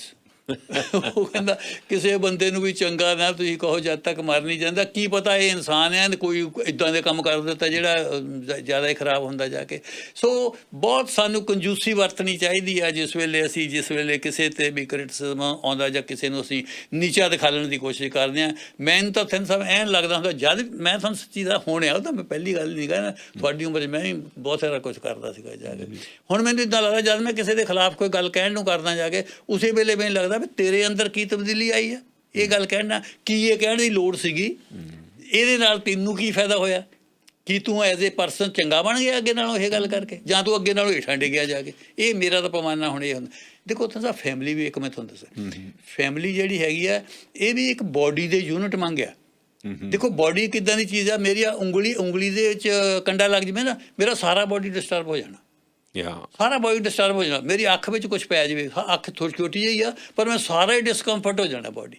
ਇਹ ਫੈਮਿਲੀ ਵੀ ਇੱਦਾਂ ਹੀ ਆ। ਫੈਮਿਲੀ ਦਾ ਇੱਕ ਫਰਦ ਜਿਸ ਵੇਲੇ ਦੁਖੀ ਹੁੰਦਾ ਸਾਰੇ ਦੁਖੀ ਹੋ ਜਾਂਦੇ। ਸੋ ਇਹਦਾ ਧਿਆਨ ਰੱਖਣਾ ਚਾਹੀਦਾ। ਫਿਰ ਤੁਸੀਂ ਕਹਿਣਾ ਵੀ ਬਾਰ-ਬਾਰ ਇਹ ਚੀਜ਼ਾਂ ਵੀ ਲੌਜਿਕ ਨਾਲ ਤਾਲੁਕ ਰੱਖਦੀਆਂ। ਅੱਛਾ ਹੁਣ ਮੈਂ ਤੁਹਾਨੂੰ ਦੱਸਦੀ ਵੀ ਲੌਜਿਕ ਦੀ ਗੱਲ ਹੈ ਕਿ ਕੀ ਲੌਜਿਕ ਜਿਹੜਾ ਹੈਗਾ ਆ ਪੱਕੀ ਤੌਰ 'ਤੇ ਤੁਹਾਨੂੰ ਸੱਚ ਲੱਭਣ ਦੇ ਵਿੱਚ ਸਹਾਈ ਹੁੰਦਾ। ਮੈਂ ਇੱਦਾਂ ਕਹਿ ਸਕਦਾ ਵੀ ਬਾਕੀ ਸਾਰੀਆਂ ਸੋਚਾਂ ਨਾਲੋਂ ਇਹ ਸੋਚ ਹੈਲਪ ਜ਼ਿਆਦਾ ਕਰਦੀ ਆ, ਪਰ ਪੂਰਨ ਨਹੀਂ ਹੈ ਇਹ। ਅੱਛਾ, ਪੂਰਨ ਨਹੀਂ ਹੈ ਇਹ ਜਾ ਕੇ। ਪੂਰਨ ਕਿੱਦਾਂ ਨਹੀਂ ਹੈ ਜਾ ਕੇ, ਕਿਉਂਕਿ ਲੌਜਿਕ ਵੀ ਬਦਲਦਾ। ਅੱਛਾ ਜੀ, ਦਲੀਲ ਵੀ ਬਦਲਦੀ ਆ ਸੈਂਸ ਸਾਹਿਬ, ਦਲੀਲ ਵੀ ਇੱਕ ਤਾਂ ਦਲੀਲ ਬਦਲਦੀ ਆ, ਹਰ ਚੀਜ਼ ਬਦਲਦੀ। ਇੱਕ ਦੂਜੀ ਗੱਲ ਇਹ ਆ ਵੀ ਜਿਹੜਾ ਬੰਦਾ ਇੰਟੈਲੀਜੈਂਟ ਜ਼ਿਆਦਾ ਆ ਔਰ ਜਿਹਦੇ ਕੋਲ ਫੈਕਟਸ ਜ਼ਿਆਦਾ ਆ, ਉਹ ਆਪਣੀ ਗੱਲ ਮਨਾ ਜਾਂਦਾ। ਫੈਕਟ ਜ਼ਿਆਦਾ, ਉਹ ਆਪਣੀ ਗੱਲ, ਵਿਗਿਆਨਕ ਫੈਕਟ ਹੋਣੇ ਚਾਹੀਦੇ, ਵਿਗਿਆਨਕ ਫੈਕਟਸ ਉਹਦੇ ਕੋਲ। ਸੈਂਸ ਸਾਹਿਬ ਵਿਗਿਆਨ ਵੀ ਬਦਲਦਾ। ਉਸ ਫਿਰ ਮੈਂ ਮਾਓ ਨੂੰ ਕੋਟ ਕਰਦੇ ਹਾਂ। ਮਾਓ ਨੇ ਇੱਕ ਤਾਂ ਕਿਹਾ, ਮਾਓ ਦੇ ਤੋਂ ਕਹਿਣਾ ਕਰਦੇ ਪੁਰਾਣੀਆਂ ਗੱਲਾਂ ਚੇਤੇ ਆ ਜਾਂਦੀਆਂ। ਮਾਓ ਕਹਿੰਦਾ ਜਿਹੜੀਆਂ ਗੱਲਾਂ ਅਸੀਂ ਅੱਜ ਕਰਦੇ ਹਾਂ, ਜੇ ਇਹਨੂੰ ਭਰ ਕੇ ਕਹਿੰਦਾ ਜ਼ਮੀਨ ਦੇ ਵਿੱਚ ਗੱਡ ਦਿੱਤਾ ਜਾਵੇ ਹੇਠਾਂ, ਤੇ ਉਹ 100 ਸਾਲ ਦੇ ਬਾਅਦ ਕਹਿੰਦਾ ਕੋਈ ਉਹਨੂੰ ਕੱਢ ਲੈਂਦਾ, ਕੱਢ ਕੇ ਉਹ ਸੁਣਦਾ, ਤਾਂ ਕਹਿੰਦਾ ਉਹ ਸੁਣਦਾ ਕਿ ਕਹੂਗਾ ਇਹ ਬੜੇ ਬੇਵਕੂਫ ਹੁੰਦੇ ਸੀ ਬੰਦੇ, ਕਿੱਦਾਂ ਦੀਆਂ ਗੱਲਾਂ ਕਰ ਰਹੇ ਆ, ਇਹਨਾਂ ਨੂੰ ਇਸ ਗੱਲ ਦਾ ਵੀ ਨਹੀਂ ਪਤਾ ਹੈ ਜਾ ਕੇ ਕੀ ਕਰਦੇ, ਕਿੱਦਾਂ ਦੀਆਂ ਗੱਲਾਂ ਕਰ ਰਹੇ। ਸੋ ਜਿਹੜੀ ਤੁਸੀਂ ਸਾਇੰਸ ਦੇ ਵਿੱਚ ਜਿਹੜੀ ਅੱਜ ਦੀ ਮਹਾਨ ਕਾਢ ਆ, ਉਹ ਕੱਲ੍ਹ ਨੂੰ ਸਧਾਰਨ ਚੀਜ਼ ਹੋ ਜਾਣੀ ਹੈ। ਠੀਕ ਹੈ ਨਾ, ਸਧਾਰਨ ਚੀਜ਼ ਹੋ ਜਾਣੀ। ਮੈਂ ਇੱਕ ਵਿੱਚੋਂ ਗੱਲ ਦੱਸਦਾ ਜੀ, ਮੇਰੇ ਬਾਬੇ ਉਹਨੇ ਕਹਿੰਦੇ 1920 ਅਸੀਂ ਨਿਊਜ਼ੀਲੈਂਡ ਬੈਠੇ ਜੀ। ਅੱਛਾ, ਉਹ ਨਿਊਜ਼ੀਲੈਂਡ ਬਾਹਰ ਬੁਸ਼ਾਂ ਵੱਢਦੇ ਹੁੰਦੇ ਸੀ ਉਹਨਾਂ ਦਿਨਾਂ 'ਚ, ਪਹਿਲਾਂ ਚਲੇ ਗਏ। ਉਹ ਕਹਿੰਦੇ ਉਹਨਾਂ ਦਿਨਾਂ ਵਿੱਚ ਕਾਰ ਆ ਗਈ ਜੀ। ਅੱਛਾ, ਕਾਰ ਤਾਂ ਸਾਡੇ ਚਾਰ ਇੱਕ ਉੱਥੇ ਮੋਗੇ ਦੇ ਕੋਲ ਉਹਨਾਂ ਦੇ ਫਰੈਂਡ ਸੀ, ਉਹ ਅਸੀਂ ਕਹਿੰਦੇ ਉੱਥੇ ਸਾਰੇ ਬੈਠੇ ਹੋਏ, ਕਹਿੰਦੇ ਮੈਂ ਛੋਟਾ ਜਿਹਾ ਸੀ, ਤਾਂ ਉਹ ਕਹਿੰਦੇ ਆਪਸ ਵਿੱਚ ਗੱਲ ਕਰਨ ਵੀ ਦੇਖੋ ਵੀ ਕਿੱਦਾਂ ਦੇ ਸਮੇਂ ਆ ਗਏ ਆ, ਕਿੱਦਾਂ ਦੀਆਂ ਚੀਜ਼ਾਂ ਨਿਕਲੀ ਜਾਂਦੀਆਂ। ਆਹ ਇੱਕ ਅਖੇ ਚੀਜ਼ ਨਿਕਲਿਆ ਹੀ ਆ, ਨਾ ਇਹਨੂੰ ਕੋਈ ਧੱਕਦਾ ਆ, ਨਾ ਇਹਨੂੰ ਕੋਈ ਘੋੜਾ ਮਾਰ ਕੇ ਖਿੱਚਦਾ ਆ, ਆਪੇ ਹੀ ਦੌੜੀ ਜਾਂਦੀ ਆ। ਕਹਿੰਦੇ ਦੇਖੋ ਕਿਆ। ਉਹ ਫਿਰ ਅਖੇ ਮੇਰੇ ਬਾਬੇ ਉਹਨਾਂ ਨੂੰ ਕਹਿੰਦੇ, ਉਹ ਕਹਿੰਦੇ ਕਾਂਸਿਆਂ ਦੇਖ ਲੈ ਕਿੰਨੇ ਲੱਕੀਆਂ, ਕਿੱਦਾਂ ਦੀਆਂ ਗੱਲਾਂ ਦੇਖ ਲਈਆਂ। ਠੀਕ ਹੈ ਨਾ। ਉਹਨਾਂ ਲਈ ਹੁਣ ਸਾਨੂੰ ਅੱਜ ਦੇ ਲੱਗਦਾ ਜੀ ਵੀ ਆਹ ਕੀ ਹੋਈ ਜਾਂਦਾ, ਦੇਖੀ ਜਾ ਬਿਨਾਂ ਤਾਰ ਤੋਂ ਟੈਲੀਫੋਨ ਚੱਲੀ ਉੱਦਾਂ ਹੀ ਚੱਲੀ ਜਾਂਦੇ ਆ ਜਾ ਕੇ। ਹੁਣ ਇਹ ਗੱਲਾਂ ਜਿਸ ਵੇਲੇ 50 ਸਾਲ ਨੂੰ ਹੋਣੀ, ਉਹਦੀ ਹੋਏ ਕਹਿਣਾ ਵੀ ਉਹ ਕਿੱਦਾਂ ਦੇ ਬੰਦੇ ਨੇ। ਸੋ ਹਰ ਚੀਜ਼ ਜਿਹੜੀ ਹੈਗੀ ਆ ਤਬਦੀਲ ਬਦਲਦੀ, ਮੋਸ਼ਨ 'ਚ ਬਦਲੀ ਜਾਂਦੀ ਹੈ। ਇੱਦਾਂ ਹੀ ਹੁਣ ਜਿਹੜਾ ਲੌਜਿਕ ਵੀ ਥਿੰਨ ਸਾਹਿਬ ਬਦਲਦਾ। ਅੱਛਾ ਜੀ, ਲੌਜਿਕ ਵੀ ਬਦਲਦਾ। ਮੇਰੇ ਵਾਈਫ ਦੇ ਇੱਕ ਬ੍ਰਦਰ ਹੀ ਸੀ ਮੈਥਮੈਟੀਸ਼ੀਅਨ, ਉਹ ਜਿਹੜੇ ਦੁਨੀਆ ਦੇ 100 ਸੀ ਉਹਨਾਂ 'ਚ ਉਹਦਾ ਨਾਂ ਸੀਗਾ। ਉਹ ਇੱਕ ਵਾਰ ਬੈਠੇ ਜੀ, ਤਾਂ ਉਹ ਮੇਰੇ ਫਾਦਰ ਉਹਨਾਂ ਨੂੰ ਕਹਿੰਦੇ ਕੋਈ ਗੱਲ ਐਬਸੋਲੂਟ ਤੇ ਦੂਏ 'ਤੇ ਗੱਲ ਚੱਲਦੀ ਸੀ ਵੀ ਆਹ ਗੱਲ ਪੱਕੀ, ਆਹ ਗੱਲ ਨਹੀਂ ਪੱਕੀ। ਤਾਂ ਮੇਰੇ ਫਾਦਰ ਉਹਨਾਂ ਨੂੰ ਕਹਿੰਦੇ ਜੀ ਵੀ ਹੁਣ ਇਹਨੂੰ ਆਪਾਂ ਕਿੱਦਾਂ ਕਹਿ ਦਈਏ, 2 ਦੂਣੀ ਤਾਂ 4 ਹੀ ਹੋਣੇ ਨਾ, 2 ਦੂਣੀ ਉਹ ਉਹਨਾਂ ਨੂੰ ਕਹਿੰਦੇ ਇਹ ਫਾਰਮੂਲਾ ਵੀ ਇਨਸਾਨ ਨੇ ਬਣਾ ਲਿਆ ਵੀ 2 ਦੂਣੀ 4, ਇਹਦੇ ਉੱਤੇ ਫਿਰ ਮੈਥਮੈਟਿਕਸ ਬਿਲਡ ਕਰ ਲਿਆ। ਕਹਿੰਦੇ ਜੇ 2 ਦੂਣੀ 5 ਤੇ ਕਹਿੰਦਾ ਬਣਾ ਲੈਂਦੇ ਤਾਂ ਉੱਤੇ ਬਿਲਡ ਹੋ ਜਾਣਾ ਸੀ ਜਾ ਕੇ। ਹੁਣ ਡੈਸੀਮਲ ਆ ਗਿਆ, ਹੁਣ ਹੋਰ ਪਾਸੇ ਨੂੰ ਚਲੇ ਗਈ ਗੱਲ ਜਾ ਕੇ। ਸੋ ਚੀਜ਼ਾਂ ਜਿਹੜੀਆਂ ਹੈਗੀਆਂ ਬਦਲਦੀਆਂ। ਪਰ ਹੁਣ ਆਪਾਂ ਇਸ 'ਤੇ ਆ ਜਾਈਏ ਵੀ ਜਿਹੜਾ ਲੌਜਿਕ ਹੈਗਾ ਆ, ਖੁਸ਼ਕ ਲੌਜਿਕ ਜਿਹੜਾ ਹੈ ਨਾ, ਇਹ ਵੀ ਬਹੁਤੀ ਜਿੱਦਾਂ ਕਹਿ ਲਓ ਬਿਲਕੁਲ ਹੀ ਦਲੀਲ ਦੀ ਗੱਲ ਨਹੀਂ ਹੈ। ਜਿੱਦਾਂ ਉਹਦਾ ਇੱਕ ਸ਼ੇਰ ਹੈ ਨਾ, ਅੱਛਾ ਹੈ ਦਿਲ ਕੇ ਪਾਸ ਰਹੇ ਪਾਸਬਾਨੇ ਅਕਲ, ਲੇਕਿਨ ਕभी कभी इसे तनहा भी छोड़ दे है। ਕਿਤੇ ਇਹ ਵੀ ਹੋ ਜਾਣਾ ਚਾਹੀਏ, ਹਰ ਵੇਲੇ ਇਹ ਗੱਲ ਨਹੀਂ ਠੀਕ ਹੈ। ਹੁਣ ਜਿਹੜਾ ਲੌਜਿਕ ਹੈ ਥਿੰਨ ਸਾਹਿਬ, ਲੌਜਿਕ ਤੁਹਾਨੂੰ ਇਹ ਗੱਲ ਕਹਿੰਦਾ ਜਾ ਕੇ ਵੀ ਫਿਕਰ ਨਾ ਕਰ, ਫਿਕਰ ਕਿਤੇ ਕੁਛ ਨਹੀਂ ਬਣਨਾ। ਪਰ ਤੁਸੀਂ ਫਿਕਰ ਕਰਦੇ ਆ ਫਿਰ ਵੀ, ਤੁਸੀਂ ਫਿਰ ਵੀ ਫਿਕਰ ਕਰਦੇ। ਲੌਜਿਕ ਤਾਂ ਤੁਹਾਨੂੰ ਦੱਸੀ ਹੈ ਨਾ। ਤੁਸੀਂ ਮੈਂ ਕਹਿੰਦਾ ਵਰਲਡ ਦੇ ਸਭ ਤੋਂ ਵੱਡੇ ਤਰਕਸ਼ੀਲ ਵੀ ਹੋ ਜਾਓ ਤਾਂ ਉਹ ਲੌਜਿਕ ਨੇ ਦੱਸੀ ਹੈ ਨਾ। ਲੌਜਿਕ ਜਿਹੜਾ ਹੈਗਾ ਇਹ ਇਮੋਸ਼ਨਸ 'ਤੇ ਕਾਬੂ ਨਹੀਂ ਇਹ ਤੋਂ ਪਾ ਹੁੰਦਾ ਜਾ ਕੇ। ਅੱਛਾ। ਇਮੋਸ਼ਨਸ ਜਿਹੜੇ ਆ ਤੁਹਾਡੇ ਜਾ ਕੇ ਜੀ, ਤੁਹਾਡਾ ਬੱਚਾ ਦੁਖੀ ਹੈ ਜਾ ਕੇ, ਤਾਂ ਤੁਸੀਂ ਕਹਿੰਦੇ ਵੀ ਠੀਕ ਹੈ ਵੀ ਡਾਕਟਰ ਲੈ ਜਾਂਦਾ, ਠੀਕ ਹੈ, ਤਾਂ ਹੋਰ ਕੀ ਗੱਲ, ਪਰ ਤੁਸੀਂ ਡਿਸਟਰਬ ਰਹਿਣਾ, ਤੁਸੀਂ ਅਪਸੈਟ ਰਹਿਣਾ, ਕਿਉਂਕਿ ਤੁਹਾਡੇ ਇਮੋਸ਼ਨਸ ਆ। ਲੌਜਿਕ ਤਾਂ ਦੱਸੀ ਜਾਂਦਾ ਤੁਹਾਨੂੰ ਜਾ ਕੇ ਵੀ ਤੂੰ ਇੰਨਾ ਕੋਈ ਫਰਕ ਨਹੀਂ ਪੈਂਦਾ, ਤੁਹਾਡੇ ਫਿਕਰ ਕਰਨ ਨਾਲ ਕੀ ਪੈਣਾ ਜਾ ਕੇ ਫਰਕ। ਉਹ ਪਿਛਲੀ ਵਾਰ ਉਹਦੀ ਦੱਸੀ ਸੀ ਨਾ, ਉਹ ਪੰਜਾਬੀ ਉਹ ਜਿਹੜਾ ਸੀ ਹਰੇਕ ਫਿਨਰਲ 'ਤੇ ਉਹ ਨੱਚਦਾ ਹੁੰਦਾ ਸੀ ਮੋਹਰੇ ਜੀ, ਉਹ ਕਹਿੰਦਾ ਸੀ ਇਹ ਤਾਂ ਫਾਨੀ ਆ, ਸਾਰੀਆਂ ਚੀਜ਼ਾਂ ਦੁਨੀਆ ਦੀਆਂ ਫਾਨੀ ਹੈਗੀਆਂ, ਇਸ ਕਰਕੇ ਜਿਹੜੀ ਮੌਤ ਆ, ਮੌਤ 'ਤੇ ਅਫਸੋਸ ਨਹੀਂ ਕਰਨਾ ਚਾਹੀਦਾ, ਨੱਚਣਾ ਚਾਹੀਦਾ। ਉਹ ਹਰੇਕ ਫਿਨਰਲ ਦੇ ਮੋਹਰੇ ਨੱਚਿਆ ਕਰੇ ਜਾ ਕੇ ਜਾਵੇ। ਫਿਰ ਉਹਦੇ ਸੰਨ ਦੀ ਡੈਥ ਹੋ ਗਈ ਜੀ, ਜਦ ਉਹਦਾ ਫਿਨਰਲ ਗਿਆ ਫਿਰ ਉਹ ਨੱਚਿਆ ਨਹੀਂ ਜੀ, ਨੱਚਿਆ ਨਹੀਂ। ਹਾਲਾਂਕਿ ਲੌਜਿਕ ਤਾਂ ਉੱਥੇ ਵੀ ਉਹੀ ਸੀਗਾ ਸਾਰੇ। ਸੋ ਜਿਹੜਾ ਲੌਜਿਕ ਹੈਗਾ ਇਹ ਪਾਰਸ਼ਲੀ ਤੁਹਾਨੂੰ ਜਿਹੜਾ ਹੈਲਪ ਕਰਦਾ। ਜਿਹੜਾ ਫੇਥ ਆ, ਜਿਹੜਾ ਸੰਤ ਸਾਹਿਬ, ਜਿਹੜਾ ਫੇਥ ਤੇ ਲੌਜਿਕ ਇਕੱਠੇ ਚੱਲਦੇ ਆ। ਅੱਛਾ ਜੀ, ਇਕੱਠੇ ਕਿਵੇਂ ਚੱਲ ਸਕਦੇ ਆ? ਮੈਂ ਵਿਪਰੀਤ ਕਹਿੰਦੇ ਆ। ਦੇਖੋ ਫੇਥ ਨੂੰ ਆਪਾਂ ਵੰਡਦੇ ਹੈਗੇ 2-3 ਭਾਗਾਂ ਦੇ ਵਿੱਚ। ਇੱਕ ਫੇਥ ਆ, ਇੱਕ ਬਲਾਈਂਡ ਫੇਥ ਆ। ਇੱਕ ਜਿਹੜਾ ਫੇਥ ਆ ਉਹ ਹੁਣ ਤੁਸੀਂ ਇੱਥੇ ਬੈਠੇ ਆ, ਮੇਰਾ ਇਹ ਫੇਥ ਆ ਵੀ ਥਿੰਦ ਸਾਹਿਬ ਨੇ ਉਹ ਚੱਕ ਕੇ ਗਲਾਸ ਮੇਰੇ ਸਿਰ 'ਚ ਨਹੀਂ ਮਾਰਨਾ, ਮੇਰਾ ਫੇਥ ਹੈ। ਇਹ ਮੇਰਾ ਫੇਥ ਬੇਸਡ ਔਨ ਮਾਈ ਤਜਰਬੇ 'ਤੇ ਆ, ਕਿਉਂਕਿ ਮੈਂ ਤੁਹਾਡੇ ਨਾਲ ਡੀਲ ਕਰਦਾ, ਮੈਨੂੰ ਪਤਾ ਵੀ he is not a person like that, ਇਹ ਇੱਦਾਂ ਦਾ ਪਰਸਨ ਹੈ ਨਹੀਂ। ਇਹ ਮੇਰਾ ਫੇਥ ਆ, ਇਹ ਕਿਉਂਕਿ ਮੇਰਾ ਫੇਥ ਹੈ ਵੀ ਇੱਦਾਂ ਰਹਿਣਾ। ਇੱਕ ਫੇਥ ਹੈਗਾ faith based on logic. Faith ਜਿਹੜੇ ਹੈਗੇ ਆ, ਫੇਥ ਤੋਂ ਬਿਨਾਂ ਤਾਂ ਅਸੀਂ ਇੱਕ ਪੈਰ ਨਹੀਂ ਪੱਟ ਸਕਦੇ ਥਿੰਦ ਸਾਹਿਬ। ਯਕੀਨੀ ਬਣਾਉਂਦੇ ਆ ਵੀ ਆਹ ਗੱਲ ਠੀਕ ਆ, ਇਹ ਗੱਲ ਠੀਕ ਆ। ਫੇਥ ਤੋਂ ਬਿਨਾਂ ਤਾਂ ਤੁਸੀਂ ਜਾਣੀ ਤੁਰ ਨਹੀਂ ਸਕਦੇ ਹੈਗੇ ਫੇਥ ਤੋਂ ਬਿਨਾਂ ਜਾ ਕੇ। ਔਰ ਜਿਹੜੀ ਫੈਮਿਲੀ ਆ, ਫੈਮਿਲੀ ਤਾਂ ਲੌਜਿਕ ਨਾਲੋਂ ਫੇਥ 'ਤੇ ਜ਼ਿਆਦਾ ਖੜੀ ਆ। ਜੇ ਫੈਮਿਲੀ ਮੈਂਬਰਾਂ ਦਾ ਜਦ ਫੇਥ ਟੁੱਟਦਾ ਨਾ, ਫਿਰ ਫੈਮਿਲੀ ਟੁੱਟਦੀ ਹੈ। ਜਦ ਉਹਦਾ ਲੌਜਿਕ ਟੁੱਟਦਾ ਫਿਰ ਨਹੀਂ ਟੁੱਟਦੀ ਹੈ, ਜਾਂ ਫੇਥ ਟੁੱਟਦਾ। ਪਹਿਲਾਂ ਫੇਥ ਹੀ ਟੁੱਟਦਾ। ਹਾਂ, ਪਹਿਲਾਂ ਫੇਥ ਟੁੱਟਦਾ ਜਾ ਕੇ, ਫੇਥ ਟਰਸਟ ਫੇਰ ਟੁੱਟਦਾ ਜਾ ਕੇ। ਸੋ ਫੇਥ ਜਿਹੜਾ ਹੈਗਾ ਆ, ਫੇਥ ਤੋਂ ਬਿਨਾਂ ਔਰ ਲੌਜਿਕ ਤੋਂ ਬਿਨਾਂ ਜ਼ਿੰਦਗੀ ਚੱਲ ਨਹੀਂ ਸਕਦੀ। ਇਹ ਇੰਟਰਕਨੈਕਟਡ ਹੈ ਦੋਨੋਂ। ਅੱਛਾ। ਫੇਥ ਜਿਹੜਾ ਹੈਗਾ ਆ ਲੌਜਿਕ 'ਤੇ ਬੇਸਡ ਆ। ਹੁਣ ਜਿਹੜਾ ਤੁਸੀਂ ਫੇਥ ਕਰਦੇ ਆ ਥਿੰਦ ਸਾਹਿਬ, ਉਹਦੀ ਕੋਈ ਦਲੀਲ ਆ, ਪਹਿਲਾਂ ਤਾਂ ਹੀ ਕਰਦੇ ਆ। ਉੱਦਾਂ ਹੀ ਫੇਥ ਤਾਂ ਨਹੀਂ ਕਰਦੇ ਤੁਸੀਂ ਕਰਦੇ ਹੈਗੇ। ਤੁਸੀਂ ਜਹਾਜ਼ ਦੇ ਵਿੱਚ ਚੜ੍ਹਦੇ ਆ, ਚਾਹੇ ਡਿੱਗਦਾ ਆ, ਪਰ ਫਿਰ ਵੀ ਤੁਸੀਂ ਗਿਲਦੇ ਆ ਵੀ ਨਹੀਂ ਵੀ ਨਹੀਂ ਚਾਂਸ ਹੈਗੇ ਇਹਦੇ ਡਿੱਗਣ ਦੇ, ਹੈ ਨਹੀਂ, ਫਿਰ ਵੀ ਚੜ੍ਹ ਜਾਓ ਇੱਥੇ ਜਾ ਕੇ, ਫੇਥ ਕਰ ਲੈਂਦੇ ਆ ਤੁਸੀਂ ਜਾ ਕੇ। ਸਭ ਤੋਂ ਕਹਿੰਦੇ ਵੱਡੀ ਮਿਸਾਲ ਜਿਹੜੀ ਫੇਥ ਦੀ ਆ, ਭਰੋਸੇ ਦੀ ਆ, ਜਦੋਂ ਕੋਈ ਵੀ ਪਿਤਾ ਜਾਂ ਮਾਤਾ ਬੱਚੇ ਨੂੰ ਹਵਾ 'ਚ ਉਛਾਲਦੀ ਆ। ਹਾਂ, ਬੱਚਾ ਹੱਸਦਾ ਔਰ ਕਲਕਾਰੀਆਂ ਮਾਰਦਾ ਖੁਸ਼ੀ ਦੇ ਵਿੱਚ, ਉੱਚੀ ਉੱਚੀ ਹੱਸਦਾ, ਕਿਉਂਕਿ ਉਹਨੂੰ ਇਹ ਫੇਥ ਹੁੰਦਾ ਕਿ ਇਹਨੇ ਮੈਨੂੰ ਬੁੱਚ ਲੈਣਾ ਵਾਪਸ, ਮੈਂ ਥੱਲੇ ਨਹੀਂ ਡਿੱਗਣਾ। ਜਦੋਂ ਉਹਨੂੰ ਹਵਾ 'ਚ ਉਛਾਲਦਾ ਤਾਂ ਉਹ ਖਿੜਖਿੜ ਕਰਕੇ ਹੱਸਦਾ, ਔਰ ਫਿਰ ਜਦੋਂ ਥੱਲੇ ਨੂੰ ਡਿੱਗਦਾ ਤਾਂ ਉਹਦੀਆਂ ਬਾਹਾਂ ਦੇ ਵਿੱਚ ਉਹਨੂੰ ਪਿਤਾ ਉਹਦਾ ਚੁੱਕ ਲੈਂਦਾ, ਫਿਰ ਸੁੱਟਦਾ ਉੱਪਰ ਨੂੰ, ਫਿਰ ਹੱਸਦਾ, ਉਹ ਕਹਿੰਦਾ ਫਿਰ ਸੁੱਟ, ਕਿਉਂਕਿ ਉਹਨੂੰ ਪੂਰਨ ਭਰੋਸਾ ਕਿ ਇਹ ਮੈਨੂੰ ਥੱਲੇ ਨਹੀਂ ਡਿੱਗਣ ਦਿੰਦਾ, ਮੈਨੂੰ ਫੜ ਲੈਂਦਾ ਰਸਤੇ 'ਚ। ਪੂਰਨ ਭਰੋਸਾ ਹੈ ਜਾਂ ਉਸੇ 'ਚ ਇਗਨੋਰੈਂਟ ਆ। ਈਵਨ ਬੱਚਿਆਂ ਨੂੰ ਵੀ ਸੈਂਸ ਹੁੰਦੀ ਆ ਕਿ ਯੈਸ ਇਹ ਮੈਨੂੰ ਡਿੱਗਣ ਨਹੀਂ ਦਿੰਦਾ, ਭਾਵੇਂ ਇਗਨੋਰੈਂਟ ਵੀ ਹੋਵੇ। ਥਿੰਦ ਸਾਹਿਬ, ਜਿਹੜਾ ਰੀਜ਼ਨ ਆ ਜਾਂ ਇਹ ਜਿਹੜਾ ਲੌਜਿਕ ਆ, ਇਹ ਇਨਸਟਿੰਕਟ ਜਾਂ ਇਮੋਸ਼ਨ ਦੀ ਘਾਟ ਨਹੀਂ ਕਰ ਸਕਦਾ ਹੈ। ਅੱਛਾ, ਉਹ ਨਹੀਂ ਕਰ ਸਕਦਾ ਹੈ। ਜੇ ਤੁਸੀਂ ਕਹੋ ਜਾ ਕੇ ਵੀ ਤੁਸੀਂ ਜਾ ਕੇ ਆਪਣੇ ਦੂਜਿਆਂ ਬੱਚਿਆਂ ਦੇ ਨਾਲ ਉੱਦਾਂ ਦੇ ਵਰਤਾਅ ਕਰ ਲਓਗੇ ਜਿੱਦਾਂ ਦਾ ਤੁਸੀਂ ਆਪਣੇ ਬੱਚਿਆਂ ਨਾਲ ਕਰਦੇ ਆ, ਤੁਸੀਂ ਨਹੀਂ ਕਰ ਸਕੋਗੇ।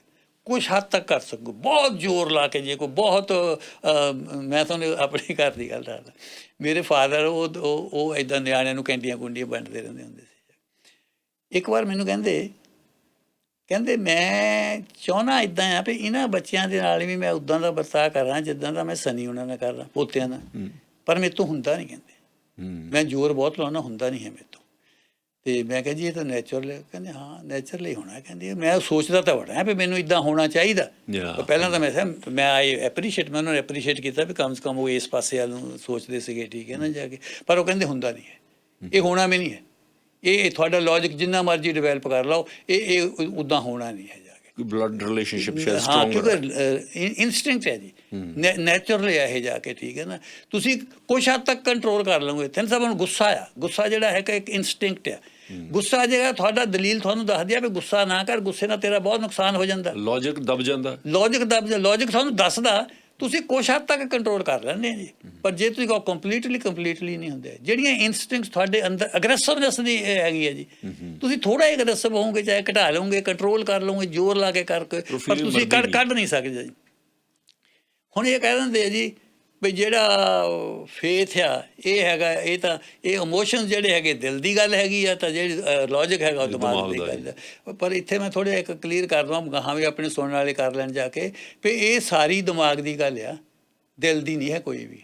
ਦਿਲ ਤਾਂ ਇੱਕ ਬਲੱਡ ਨੂੰ ਪੰਪ ਕਰਦਾ, ਉਹ ਤਾਂ ਇੱਕ ਔਰਗਨ ਆ ਫੇਫੜਿਆਂ ਵਾਂਗ ਜਾ ਕੇ। ਪਰ ਅਸੀਂ ਕਹਿੰਦੇ ਜੀ ਮੇਰਾ ਦਿਲ ਐਂ ਕਹਿੰਦਾ, ਦਿਲ ਨਹੀਂ ਕਹਿੰਦਾ। ਹਰ ਚੰਗੀ ਗੱਲ ਵੀ ਮਾੜੀ ਗੱਲ ਵੀ ਦਿਮਾਗ ਹੀ ਆ ਜਿਹੜਾ ਸਾਰੀ ਚੀਜ਼ ਨੂੰ ਜਿਹੜਾ ਹੈਗਾ ਕਰਦਾ ਜਾ ਕੇ। ਸੋ ਉਹ ਇੱਕ ਇੰਨਾ ਪਰ ਗਵਰਨਰ ਆ ਜੀ, ਜਿਹੜਾ ਦਿਮਾਗ ਆ ਨਾ, ਹਾਂਜੀ, ਇਹ ਗਵਰਨ ਕਰਦਾ ਦਿਲ ਨੂੰ। ਵੈਸੇ ਦਿਲ ਦੇ ਨਾਲ ਜਿਹੜੇ ਇਮੋਸ਼ਨਲ ਮਾਮਲੇ, ਭਾਵੇਂ ਸੀਟ ਆਫ ਇਮੋਸ਼ਨਸ ਬ੍ਰੇਨ ਦੇ ਵਿੱਚ ਹੀ ਆ, ਪਰ ਦਿਲ ਨੂੰ ਕੰਟਰੋਲ ਕਰਨ ਲਈ ਗਵਰਨਰ ਆ, ਸਾਰੀ ਚੀਜ਼ਾਂ ਕੰਟਰੋਲ ਕਰਦਾ। ਕਹਿੰਦੇ ਇੱਕ ਡਾਇਰੈਕਟ ਕਨੈਕਸ਼ਨ ਵੀ ਆ, ਕੋਈ ਡਾਕਟਰ ਦੱਸਦੇ ਆ, ਕੋਈ ਵੇਗਸ ਨਾਂ ਦੀ ਨਰਵ ਹੈ ਜਿਹੜੀ ਬ੍ਰੇਨ ਕਈ ਵਾਰੀ ਹੁਕਮ ਦੇ ਦਿੰਦਾ ਦਿਲ ਨੂੰ ਕਿ ਬਸ ਕੰਮ ਬੰਦ ਕਰ ਦੇ, ਕਿਉਂਕਿ ਉਸ ਦੇ ਉੱਤੇ ਬੋਝ ਬਹੁਤ ਵੱਧ ਜਾਂਦਾ, ਜਾਂ ਕਈ ਕਾਰਨ ਹੋ ਸਕਦੇ ਆ, ਡਾਕਟਰੀ ਕਾਰਨ ਨੇ। ਪਰ ਗੱਲ ਥੋੜ੍ਹੀ ਇਹ ਠੀਕ ਆ ਕਿ ਲੌਜਿਕ ਵੀ ਤੇ ਜਿਹੜੇ ਇਮੋਸ਼ਨਸ ਵੀ ਆ ਹੈਗੇ ਬ੍ਰੇਨ 'ਚ। ਤੇ ਸਰ ਜਦ ਤੁਸੀਂ ਕਹਿੰਦੇ ਨੇ ਜੀ ਵੀ ਇਹ ਬੰਦੇ ਦਾ ਦਿਲ ਬਹੁਤ ਵਧੀਆ, ਉਹ ਦਿਲ ਉਹਦਾ ਵਧੀਆ ਕਹਿ ਸਕਦੇ, ਜਿਹੜਾ ਸਟਰੋਂਗ ਹੈ, ਹਾਰਟ ਚੰਗੀ ਤਰ੍ਹਾਂ ਪੰਪ ਕਰਦਾ। ਵਧੀਆ ਨਹੀਂ, ਸਾਫ਼ ਕਹਿੰਦੇ ਆ, ਸਾਫ਼ ਦਿਲ, ਬੜਾ ਦਿਲ ਸਾਫ਼ ਹੈ ਉਹਦਾ ਜਾ ਕੇ। ਅੱਛਾ ਇੱਕ ਥਿੰਦ ਸਾਹਿਬ ਜੀ, ਅੱਛਾ ਇੱਕ ਮੈਂ ਤੁਹਾਨੂੰ ਦੱਸਦਾ, ਜਿਹੜਾ ਬਲਾਈਂਡ ਫੇਥ ਹੈ ਨਾ ਜੀ, ਬਲਾਈਂਡ ਫੇਥ ਬਾਰੇ ਇੱਕ ਵਾਰ ਆਚਾਰੀਆ ਰਜਨੀਸ਼ ਨੇ ਇੱਕ ਗੱਲ ਕਹੀ ਸੀ। ਉਹ ਕਹਿੰਦੇ blind faith is the most poisonous thing to destroy human intelligence. ਬੰਦੇ ਦੇ ਦਿਮਾਗ ਦਾ ਸੱਤਿਆਨਾਸ਼ ਕਰਦੀ ਹੈ ਜੇ ਕੋਈ ਚੀਜ਼ ਜਾ ਕੇ ਸਭ ਤੋਂ ਬਲਾਈਂਡ ਫੇਥ ਆ। ਹੁਣ ਬਲਾਈਂਡ ਫੇਥ ਔਰ ਫੇਥ ਦਾ ਫਰਕ ਬਹੁਤ ਆ, ਬਲਾਈਂਡ ਫੇਥ ਔਰ ਫੇਥ ਦਾ ਬਹੁਤ ਫਰਕ। ਹੁਣ ਜਿਹੜਾ ਕਈ ਵਾਰ ਆਪਾਂ ਕਹਿੰਦੇ ਜੀ ਰਿਲੀਜਨ ਜਿਹੜਾ ਹੈਗਾ ਬਲਾਈਂਡ ਫੇਥ ਆ, ਰਿਲੀਜਨ ਇੱਕ ਸਟੇਜ ਤੇ ਜਾ ਕੇ ਬਲਾਈਂਡ ਫੇਥ ਕਰਦਾ, ਪਰ ਪਹਿਲਾਂ ਜਿਹੜਾ ਹੈਗਾ ਆ ਉਹ ਵੀ ਦਲੀਲ ਤੇ ਆਉਂਦਾ। ਆਲ ਰਿਲੀਜਨ ਆਰ ਨਾਟ ਦਲੀਲਲੈਸ। ਸਾਰੇ ਧਰਮ ਦਾ ਸਾਰਾ ਹਿੱਸਾ ਦਲੀਲਲੈਸ ਨਹੀਂ ਹੈ। ਕੁਝ ਕਹੀਏ, ਕੁਝ ਸੁਣੀਏ ਨਾਨਕ ਵੀ ਹੈਗਾ। ਹੁਣ ਮੈਂ ਤੁਹਾਨੂੰ ਇਹਦੀ ਆਪਾਂ ਇੱਦਾਂ ਕਰਦੇ ਹਾਂ, ਤੁਸੀਂ ਜਿਹੜਾ ਹੈਗਾ ਆ ਅਗਲੇ ਸੈਗਮੈਂਟ ਦੇ ਵਿੱਚ ਥੋੜ੍ਹੇ ਜਿਹਾ ਟਾਈਮ ਆਪਣੇ ਕੋਲ ਹੋਰ ਹੈਗਾ, ਧਰਮ ਦੇ, ਤੇ ਉਹਦੇ ਵਿੱਚ ਆਪਾਂ ਇਹ ਦੇਖਦੇ ਹਾਂ ਵੀ ਦਲੀਲ ਤਾਂ ਜਿਹੜਾ ਫੇਥ ਆ ਕਿੱਦਾਂ ਇੰਟਰਕਨੈਕਟਡ ਆ, ਔਰ ਪਹਿਲਾਂ ਹਿਸਟਰੀ ਵਿੱਚ ਵਜੂਦ ਕਿਹੜਾ ਆਇਆ ਤੇ ਬਾਅਦ 'ਚ ਕਿਹੜਾ ਵਜੂਦ 'ਚ ਆਇਆ, ਔਰ ਬਲਾਈਂਡ ਫੇਥ ਦਾ ਕੀ ਰੋਲ ਹੈ। ਬਲਾਈਂਡ ਫੇਥ ਦਾ ਕੀ ਰੋਲ ਹੈ। ਪਰ ਸਰ ਜਿਹੜੀ ਤੁਸੀਂ ਗੱਲ ਕਰ ਰਹੇ ਸੀ ਫੇਥ ਦੀ, ਮੈਂ ਜੇ ਇਹਦੇ 'ਚ ਇੰਟਰਜੈਕਟ ਕਰ ਸਕਾਂ, ਫੇਥ ਨੂੰ ਤੇ ਜਿਹੜੀ ਟਰਸਟ ਹੈ, ਟਰਸਟ ਨੂੰ ਤੇ ਫੇਥ ਨੂੰ ਤਕਰੀਬਨ ਮੈਂ ਬਹੁਤ ਨੇੜੇ ਸਮਝਦਾ, ਉਹਦਾ ਹੀ ਇੱਕ ਰੂਪ ਹੈ। ਉਹਦਾ ਇੱਕ ਰੂਪ ਟਰਸਟ ਜਿਹੜਾ, ਉਹ ਰਿਲੇਸ਼ਨਸ਼ਿਪਸ ਦੀ ਜਿਹੜੀ ਤੁਸੀਂ ਗੱਲ ਕਰਦੇ ਹੋ, ਫੈਮਲੀਜ਼ ਦੀ ਗੱਲ ਕਰਦੇ ਹੋ, ਟਰਸਟ ਬਹੁਤ ਜ਼ਰੂਰੀ ਆ। ਮੈਨੂੰ ਤਾਂ ਲੱਗਦਾ ਕਿ ਟਰਸਟ ਦੇ ਆਧਾਰ ਦੇ ਉੱਤੇ ਹੀ ਰਿਲੇਸ਼ਨਸ਼ਿਪ ਚੱਲਦੇ ਆ ਜੀ। ਜੇ ਕਿਤੇ ਟਰਸਟ ਟੁੱਟ ਜਾਂਦਾ ਹੈ ਤਾਂ ਰਿਲੇਸ਼ਨਸ਼ਿਪ ਵਿਗੜ ਜਾਂਦਾ, ਟਰਸਟ ਟੁੱਟ ਜਾਂਦਾ ਰਿਲੇਸ਼ਨਸ਼ਿਪ। ਔਰ ਜਿਹਤੇ ਤੁਸੀਂ ਪੂਰਨ ਭਰੋਸਾ ਕਰਦੇ ਹੋ, ਪੂਰਾ ਟਰਸਟ ਕਰਦੇ ਹੋ, ਆਮ ਤੌਰ 'ਤੇ ਤੁਸੀਂ ਸੁਣਿਆ ਹੋਣਾ ਬਹੁਤ ਸਾਰੇ ਲੋਕ ਖਤਾ ਖਾ ਗਏ, ਧੋਖਾ ਖਾ ਗਏ ਉਹਨਾਂ ਹੀ ਲੋਕਾਂ ਤੋਂ ਜਿਨ੍ਹਾਂ ਲੋਕਾਂ 'ਤੇ ਉਹ ਟਰਸਟ ਕਰਦੇ ਸੀ, ਪੂਰਾ ਟਰਸਟ ਕਰਦੇ ਸੀ। ਸਾਡੇ ਪਿੰਡ ਕਤਲ ਹੋਇਆ, ਉਹ ਮੰਡੀ ਅਹਿਮਦਗੜ੍ਹ ਨੂੰ ਜਾਂਦੇ ਸੀ। ਜੇ ਉਹ ਕਿਸੇ ਹੋਰ ਵਿਅਕਤੀ ਨੇ ਕਿਹਾ ਹੁੰਦਾ ਜੀ, ਤੇ ਉਹ ਟਰਸਟ ਨਹੀਂ ਸੀ ਕਰਦਾ ਕਿ ਅੱਜ ਮੰਡੀ ਨੂੰ ਜਾਣਾ, ਉਹਨੇ ਜਾਣਾ ਨਹੀਂ ਸੀ। ਉਹਨੂੰ ਨਹੀਂ ਸੀ ਪਤਾ ਕਿ ਰਾਹ 'ਚ ਬੂਝਿਆਂ 'ਚ ਬੰਦੇ ਬੈਠੇ ਆ ਕਿਰਪਾਨਾਂ ਲਈ ਜਿਨ੍ਹਾਂ ਨੇ ਵੱਢ ਸੁੱਟਣਾ ਉਹਨੂੰ। ਜਦੋਂ ਪੂਰਨ ਟਰਸਟ ਤੁਸੀਂ ਕਿਸੇ 'ਤੇ ਕਰਦੇ ਹੋ ਨਾ ਫਿਰ ਸਾਹਿਬ, ਫਿਰ ਖਤਾ ਵੀ ਉੱਥੇ ਹੀ ਖਾਂਦੇ ਹੋ। ਭਰੋਸਾ ਕਰਨਾ ਬਹੁਤ ਚੰਗੀ ਗੱਲ ਆ, ਟਰਸਟ ਕਰਨਾ, ਬਲਾਈਂਡ ਟਰਸਟ ਜਦੋਂ ਹੋ ਜਾਂਦਾ, ਫਿਰ ਤੁਸੀਂ ਜਦੋਂ ਉਸ ਦੀ ਕਹੀ ਮੰਨਦੇ ਹੋ। ਬਹੁਤ ਲੋਕਾਂ ਨਾਲ ਇਸ ਤਰ੍ਹਾਂ ਹੋਈਆਂ, ਕਿਉਂਕਿ ਜਿਹਦੇ 'ਤੇ ਤੁਸੀਂ ਟਰਸਟ ਕਰਦੇ ਹੋ, ਕਿਹਦੇ 'ਤੇ ਟਰਸਟ ਕਰਦੇ ਹੋ, ਇਹ ਤੁਹਾਡੀ ਚੋਇਸ ਜਿਹੜੀ ਆ ਇਹ ਕਿਹੋ ਜਿਹੀ ਹੈ, ਜੱਜਮੈਂਟ ਤੁਹਾਡੀ ਕਿਹੋ ਜਿਹੀ ਆ ਕਿ ਤੁਸੀਂ ਟਰਸਟ ਕਰਨ ਵਾਲਾ ਵਿਅਕਤੀ ਹੈ ਜਾਂ ਨਹੀਂ। ਹਾਂ, ਇਹ ਤੁਹਾਡਾ ਲੌਜਿਕ ਕਿਹੋ ਜਿਹਾ, ਲੌਜਿਕ ਤੁਹਾਡਾ ਉਸ ਨੂੰ ਟਰਸਟਵਰਦੀ ਮੰਨਦਾ ਕਿ ਨਹੀਂ ਮੰਨਦਾ। ਹਾਂ, ਇਹ ਮੇਰਾ ਖਿਆਲ ਇਹ ਗੱਲ ਕਾਫੀ ਇੰਪੋਰਟੈਂਟ ਹੈ। ਹਾਂ, ਇਹ ਬਿਲਕੁਲ ਇੰਪੋਰਟੈਂਟ ਹੈ। ਅੱਜ ਤਾਂ ਤੁਸੀਂ ਦੱਸਿਆ, ਸਾਡੇ ਵੀ ਇਸ ਤਰ੍ਹਾਂ ਕਤਲ ਹੋਇਆ ਸੀ, ਉਹਨੂੰ ਵਿਸ਼ਵਾਸ ਕੀਤਾ, ਟਰਸਟ ਕੀਤਾ, ਅਤੇ ਉਹਦਾ ਫਿਰ ਕਤਲ ਹੋਇਆ ਇੱਦਾਂ। ਠੀਕ, ਇਹ ਠੀਕ ਹੈ। ਜਿਸ ਵੇਲੇ ਤੁਹਾਡਾ ਟਰਸਟ ਟੁੱਟ ਗਿਆ ਤਾਂ ਸਮਝੋ ਫਿਰ ਤੁਹਾਡੇ ਰਿਲੇਸ਼ਨ ਮੈਂ ਸਮਝਦਾ ਟੁੱਟ ਜਾਂਦੇ। ਅੱਛਾ, ਉਹ ਪਹਿਲੀ ਸਟੇਜ ਦੇ ਵਿੱਚ ਸਰ ਮੈਂ ਇਸ ਗੱਲ 'ਤੇ ਤੁਹਾਡੇ ਨਾਲ ਬਿਲਕੁਲ ਐਗਰੀ ਕਰਦਾ ਜਾ ਕੇ, ਜਿਹੜਾ ਟਰਸਟ ਆ, ਟਰਸਟ ਦੇ ਉੱਤੇ ਪਰਿਵਾਰ ਖੜ੍ਹੇ ਆ ਜਾ ਕੇ, ਫੇਥ 'ਤੇ ਖੜ੍ਹੇ ਆ ਪਰਿਵਾਰ ਜ਼ਿਆਦਾ ਆ, ਪਰ ਉਹ ਫੇਥ ਬੇਸਡ ਔਨ ਰੀਜ਼ਨ ਔਰ ਐਕਸਪੀਰੀਅੰਸ ਹੁੰਦਾ। ਹੁਣ ਮੇਰਾ ਐਕਸਪੀਰੀਅੰਸ ਆ ਤੁਹਾਡੇ ਪ੍ਰਤੀ, ਉਹ ਮੇਰਾ ਟਰਸਟ ਬਣਦਾ ਜਾ ਕੇ। ਜੇ ਮੈਂ ਉੱਦਾਂ ਹੀ ਕਿਸੇ ਤੇ ਬਿਨਾਂ ਟਰਸਟ ਮੰਨ ਲਵਾਂ ਜਾ ਕੇ, ਜੇ ਉਹਨੂੰ ਫਿਰ ਅਸੀਂ ਬਲਾਈਂਡ ਟਰਸਟ ਕਹਿ ਦਿੰਦੇ ਹਾਂ। ਬਲਾਈਂਡ ਟਰਸਟ ਇੱਕ ਮੈਂ ਸਮਝਦਾ ਜੀ, ਬਲਾਈਂਡ ਟਰਸਟ ਅਜੇ ਕਿਸੇ ਚੀਜ਼ ਦੇ ਤਾਂ ਕੀਤਾ ਜਾ ਸਕਦਾ ਜਾ ਕੇ।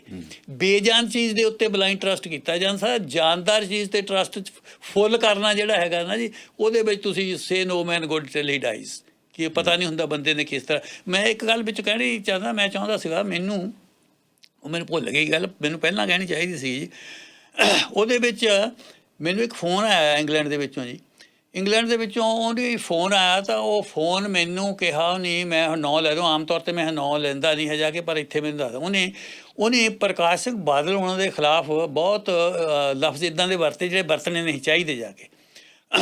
5 ਵਾਰ ਮੁੱਖ ਮੰਤਰੀ ਬਣਿਆ ਕਿ ਦੇਖੋ ਜੀ, ਜਿਹੜਾ ਇੰਨਾ ਬੇਸਮਝ ਆਦਮੀ ਜਾ ਕੇ ਇਲੈਕਸ਼ਨ ਦੇ ਵਿੱਚ ਖੜ੍ਹ ਗਿਆ ਜਾ ਕੇ ਅਤੇ ਉਹ ਇਹਨੂੰ ਇੰਨੀ ਅਕਲ ਵੀ ਨਾ ਸੀ ਉਸ ਬੰਦੇ ਨੇ ਇਹ ਗੱਲ ਕਹੀ ਜਾ ਕੇ। ਉਹ ਮੈਂ ਜਿਹੜਾ ਸੀਗਾ ਐਤਕੀ ਦੀ ਇਲੈਕਸ਼ਨ ਦੇ ਵਿੱਚ, ਉਹਦੇ ਵਿੱਚ ਜਿਹੜਾ ਹੈਗਾ ਉਹ ਸਪੀਕਰ ਫੋਨ ਲਾਇਆ ਸੀ ਮੈਂ, ਸਪੀਕਰ ਫੋਨ ਲਾਇਆ ਸੀਗਾ ਤਾਂ ਉਹ ਮੇਰੀ ਵਾਈਫ ਵਿੱਚੋਂ ਬੋਲ ਪਈ ਜੀ। ਉਹ ਵਿੱਚੋਂ ਮੇਰੀ ਵਾਈਫ ਉਹ ਕਹਿੰਦੀ ਭਾਅ ਜੀ, ਜਿੱਥੇ ਤੁਸੀਂ ਇਹ ਕਹਿਤਾ ਵੀ ਉਹ 5 ਵਾਰ ਮੁੱਖ ਮੰਤਰੀ ਬਣੇ ਆ, ਉਸ ਵੇਲੇ ਇਹ ਵੀ ਖਿਆਲ ਰੱਖਿਓ ਜਾ ਕੇ ਵੀ ਉਹ ਇੱਕ ਬਾਪ ਵੀ ਆ। ਕਹਿੰਦੇ ਉਹ ਇੱਕ ਬਾਪ ਵੀ ਆ, ਕਿਸੇ ਵੀ ਬਾਪ ਦੇ ਕੋਲ ਉਹਦਾ ਬੇਟਾ ਆ ਕੇ ਇਹ ਕਹਿ ਦੇਵੇ ਵੀ ਡੈਡੀ ਮੈਂ ਫਸਿਆ ਆ, ਮੇਰੀ ਮਦਦ ਕਰੋ ਕਿਸੇ ਤਰ੍ਹਾਂ ਜਾ ਕੇ, ਮੈਂ ਬਹੁਤ ਖੁਸ਼ ਹਾਂ, ਤੁਹਾਡੀ ਮਦਦ ਤੋਂ ਬਿਨਾਂ ਮੇਰਾ ਕੰਮ ਹੋਣਾ ਨਹੀਂ। ਕਿਹੜਾ ਬਾਪ ਹੈ ਕਹਿੰਦੀ ਮਦਦ ਨਹੀਂ ਜਵਾਬ ਦੇ ਦਊਗਾ? ਕਿਹੜਾ ਬਾਪ ਹੈ ਜਿਹੜਾ ਨਹੀਂ ਤੁਸੀਂ ਕਰੋਗੇ? ਕਹਿੰਦੇ ਤੁਹਾਡਾ ਪੁੱਤ ਆ ਕੇ ਤੁਹਾਨੂੰ ਇਹ ਕਹਿ ਦੇਵੇ ਜਾ ਕੇ ਜੀ ਵੀ ਡੈਡੀ ਮੈਂ ਫਸਿਆ ਜਾ ਕੇ ਮੇਰੀ ਮਦਦ ਕਦੇ ਕਰੋਗੇ? ਉਹ ਕਹਿੰਦੇ ਬਾਪ ਤਾਂ ਜਾ ਕੇ ਆਪਣੇ ਸਿਰ ਫਾਂਸੀਆਂ ਲੈ ਲੈਂਦੇ ਆ ਜਾ ਕੇ ਪੁੱਤਾਂ ਦੀ ਖਾਤਰ ਜਾ ਕੇ। ਤੁਸੀਂ ਕਹਿੰਦੇ ਇਹ ਭੁੱਲ ਜਦ ਕੋਈ ਬੰਦਾ ਮਸ਼ਹੂਰ ਹੋ ਜਾਂਦਾ ਫਿਰ ਤੁਸੀਂ ਇਹ ਭੁੱਲ ਜਾਂਦੇ ਆ ਵੀ ਉਹ ਇਨਸਾਨ ਵੀ ਹੈ ਨਹੀਂ ਜਾਂ ਬਾਪ ਵੀ ਹੈ ਨਹੀਂ। ਹੀ ਵਾਜ਼ ਅ ਡੈਡੀ, ਬਾਪ ਸੀਗਾ। ਬਾਪ ਦੇ ਸਾਹਮਣੇ ਕਿਹੜਾ ਆ ਜਾਊਗਾ ਜਾ ਕੇ ਪੁੱਤ ਇੱਦਾਂ ਇਲਤਜਾ ਲੈ ਕੇ ਆ ਜਾਵੇ, ਇੱਕ ਰਿਕੁਐਸਟ ਲੈ ਕੇ ਆ ਜਾਵੇ ਤਾਂ ਉਹ ਚੱਕ ਕੇ ਪਰੇ ਮਾਰੇ ਪਏ ਜਾ ਕੇ ਮੈਂ ਨਹੀਂ ਤੇਰੀ ਮਦਦ ਕਰਨੀ ਜਾ ਕੇ। ਪੁੱਤਰ ਮੋਹ ਦੇ ਵਿੱਚ ਬਹੁਤ ਪਿਤਾ ਨੇ ਜਿਨ੍ਹਾਂ ਨੇ ਵੱਡੀਆਂ ਕੁਰਬਾਨੀਆਂ ਪਿੱਛੇ ਤੁਸੀਂ ਦੇਖੋ ਜਾ ਕੇ ਜਿਹੜਾ ਬੰਦੇ ਦੇ ਅੰਦਰ ਸੰਤਾਨ ਪ੍ਰਤੀ ਪਿਆਰ ਹੈ, ਇਹ ਮੈਂ ਕਹਿੰਦਾ ਜੀ ਵੀ ਇਹ ਦਲੀਲ ਇੱਥੇ ਵੀ ਇਹ ਗੱਲ ਆਉਂਦੀ ਹੈ, ਇੱਥੇ ਦਲੀਲ ਨਹੀਂ ਫਿਰ ਕੰਮ ਕਰਦੀ ਜੀ। ਇੱਥੇ ਉਹਦਾ ਜਿਹੜਾ ਸੰਤਾਨ ਪ੍ਰਤੀ ਮੋਸ਼ਨ ਆ ਉਹ ਇਕੱਲੇ ਸਰਦਾਰ ਪ੍ਰਕਾਸ਼ ਸਿੰਘ ਬਾਦਲ ਉਹਨਾਂ ਦਾ ਹੀ ਨਹੀਂ ਕਰਦਾ, ਉਹ ਤੁਹਾਡਾ ਵੀ ਕਰਦਾ, ਉਹ ਮੇਰਾ ਵੀ ਕਰਦਾ, ਉਹ ਹਰ ਵਿਅਕਤੀ ਦਾ ਕਰਦਾ। ਹਰ ਇੱਥੇ ਕੋਟਾਂ ਭਰੀਆਂ ਪਈਆਂ ਥਿੰਨ ਸਾਹਿਬ। ਮੈਂ ਤੁਹਾਨੂੰ ਪਿਛਲੀ ਵਾਰ ਦੱਸਿਆ ਸੀਗਾ ਜਾ ਕੇ ਉਹ ਮੁੰਡਾ ਆ ਗਿਆ, ਦੋਨੋਂ ਮਾਂ ਪਿਓ ਨੂੰ ਕੋਠੇ ਦਿੱਤੇ, ਉਹ ਦੋਨੋਂ ਹੀ ਦੂਜੇ ਦਿਨ ਉਹੀ ਮਾਂ ਪਿਓ ਵਕੀਲ ਲੈ ਕੇ ਉਹਦੀ ਜ਼ਮਾਨਤ ਕਰਾਉਣ ਗਏ, ਉਹ ਜਾ ਕੇ ਕੁੱਟੇ, ਉਹਨੂੰ ਫਿਜ਼ੀਕਲੀ ਕੁੱਟੇ ਦੋਨੋਂ ਜਾ ਕੇ।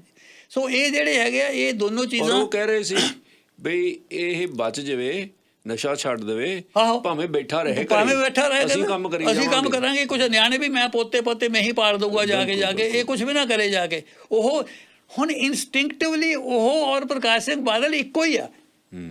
ਜਿਹੜੀ ਫਾਦਰਲੀ ਇਨਸਟਿੰਕਟ ਸਾਰਿਆਂ ਵਿੱਚ ਇੱਕ ਹੈ ਤਿੰਨ ਸਾਹਿਬ, ਚਾਹੇ ਕੋਈ 6 ਵਾਰ ਮੁੱਖ ਮੰਤਰੀ ਬਣੇ ਜਾਂ ਪ੍ਰਾਈਮ ਮਿਨਿਸਟਰ ਬਣ ਜਾਵੇ, ਤਾਂ ਉਹ ਫਾਦਰਲੀ ਇਨਸਟਿੰਕਟ ਤਾਂ ਇੱਕੋ ਹੀ ਹੈਗੀ ਜਾ ਕੇ, ਜਿਹੜੀ ਦੂਜੀ ਹੈਗੀ ਆ। ਅੱਛਾ ਇੱਕ ਮੈਂ ਹੁਣ ਤੁਸੀਂ ਦੇਖੋ ਜਿਹੜਾ ਰਿਲੀਜਨ ਆ, ਰਿਲੀਜਨ ਜ਼ਿਆਦਾ ਫੇਥ ਤੇ ਆ ਖੜਾ, ਜ਼ਿਆਦਾ ਫੇਥ ਤੇ ਆ। ਹੁਣ ਮੈਂ ਸਾਰਾ ਨਹੀਂ ਕਹਿੰਦਾ ਫੇਥ ਤੇ ਖੜਾ, ਕਿਉਂਕਿ ਰਿਲੀਜਨ ਵੀ ਜਿਹੜਾ ਲੌਜਿਕ ਨੂੰ ਅਪਣਾਈ ਕਰਦਾ ਹੈ, ਰਿਲੀਜਨ ਵੀ ਸਾਇੰਸ ਦਾ ਆਸਰਾ ਲੈਂਦਾ ਹੈ। ਰਿਲੀਜਨ ਸਾਇੰਸ ਤੋਂ ਬਿਨਾਂ ਚੱਲ ਨਹੀਂ ਸਕਦਾ ਹੈਗਾ, ਸਾਇੰਸ ਲੌਜਿਕ ਹੈ, ਬੇਸ ਤੇ ਹੈ। ਸਿੱਖ ਧਰਮ ਕਾਫੀ ਵਿਗਿਆਨਕ ਹੈ, ਸਿੱਖ ਧਰਮ ਕਾਫੀ ਵਿਗਿਆਨਕ ਹੈ। ਮੈਨੂੰ ਲੱਗਦਾ ਬਾਕੀਆਂ ਨਾਲੋਂ ਹੋ ਸਕਦਾ ਜ਼ਿਆਦਾ ਵਿਗਿਆਨਕ ਹੋਵੇ, ਕਿਉਂਕਿ ਰੀਸੈਂਟ ਹੈ, ਤਾਂ ਹੀ ਇਹਦੇ ਵਿੱਚ ਗੱਲ ਹੈ ਵੀ ਵਾਰਤਾਲਾਪ ਦੀ ਗੱਲ ਕਰੋ। ਹੁਣ ਤੁਸੀਂ ਬੁੱਧਿਜ਼ਮ ਵੀ ਸੀਗਾ ਜੀ। ਹੁਣ ਜਿਸ ਵੇਲੇ ਬੁੱਧਿਜ਼ਮ ਦੇ ਵਿੱਚ ਆਪਾਂ ਅੱਗੇ ਇੱਕ ਵਾਰ ਮਿਸਾਲ ਦਿੱਤੀ ਸੀ ਜੀ, ਜਿਸ ਵੇਲੇ ਮਹਾਰਾਜਾ ਅਸ਼ੋਕ ਨੇ ਕਲਿੰਗਾ ਦੀ ਲੜਾਈ ਲੜੀ ਜੀ। ਇਹ ਜਿਹੜਾ ਕਲਿੰਗਾ ਸੂਬਾ ਆ ਇਹ ਇੰਡੀਆ ਦਾ ਅੱਜ ਕੱਲ੍ਹ ਦਾ ਉੜੀਸਾ ਕਹਿ ਲਓ ਇਹਨੂੰ, ਉੜੀਸੇ ਦਾ ਸੂਬਾ ਆ। ਕਲਿੰਗਾ ਦੀ ਜੰਗ ਦੇ ਵਿੱਚ ਬਹੁਤ ਬੰਦੇ ਮਾਰੇ ਗਏ ਜੀ, ਬੱਚੇ ਹੋਰ ਔਰਤਾਂ ਸਾਰੇ ਬਹੁਤ ਬੰਦੇ ਮਾਰੇ ਗਏ।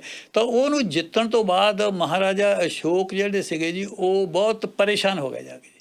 ਉਹਨਾਂ ਨੂੰ ਪਤਾ ਨਾ ਲੱਗੇ ਵੀ ਮੈਂ ਇਹ ਚੰਗਾ ਕੰਮ ਕੀਤਾ ਜਾਂ ਮੈਂ ਮਾੜਾ ਕੰਮ ਕੀਤਾ, ਜਾਂ ਮੈਂ ਉਹ ਇਲਾਕਾ ਵਧਾ ਕੇ ਰਾਜ ਦਾ ਵਧਾਇਆ ਆਪਣਾ, ਜਾਂ ਮੈਂ ਇੰਨੇ ਬੰਦਿਆਂ ਦਾ ਕਤਲੇਆਮ ਕਰਤਾ।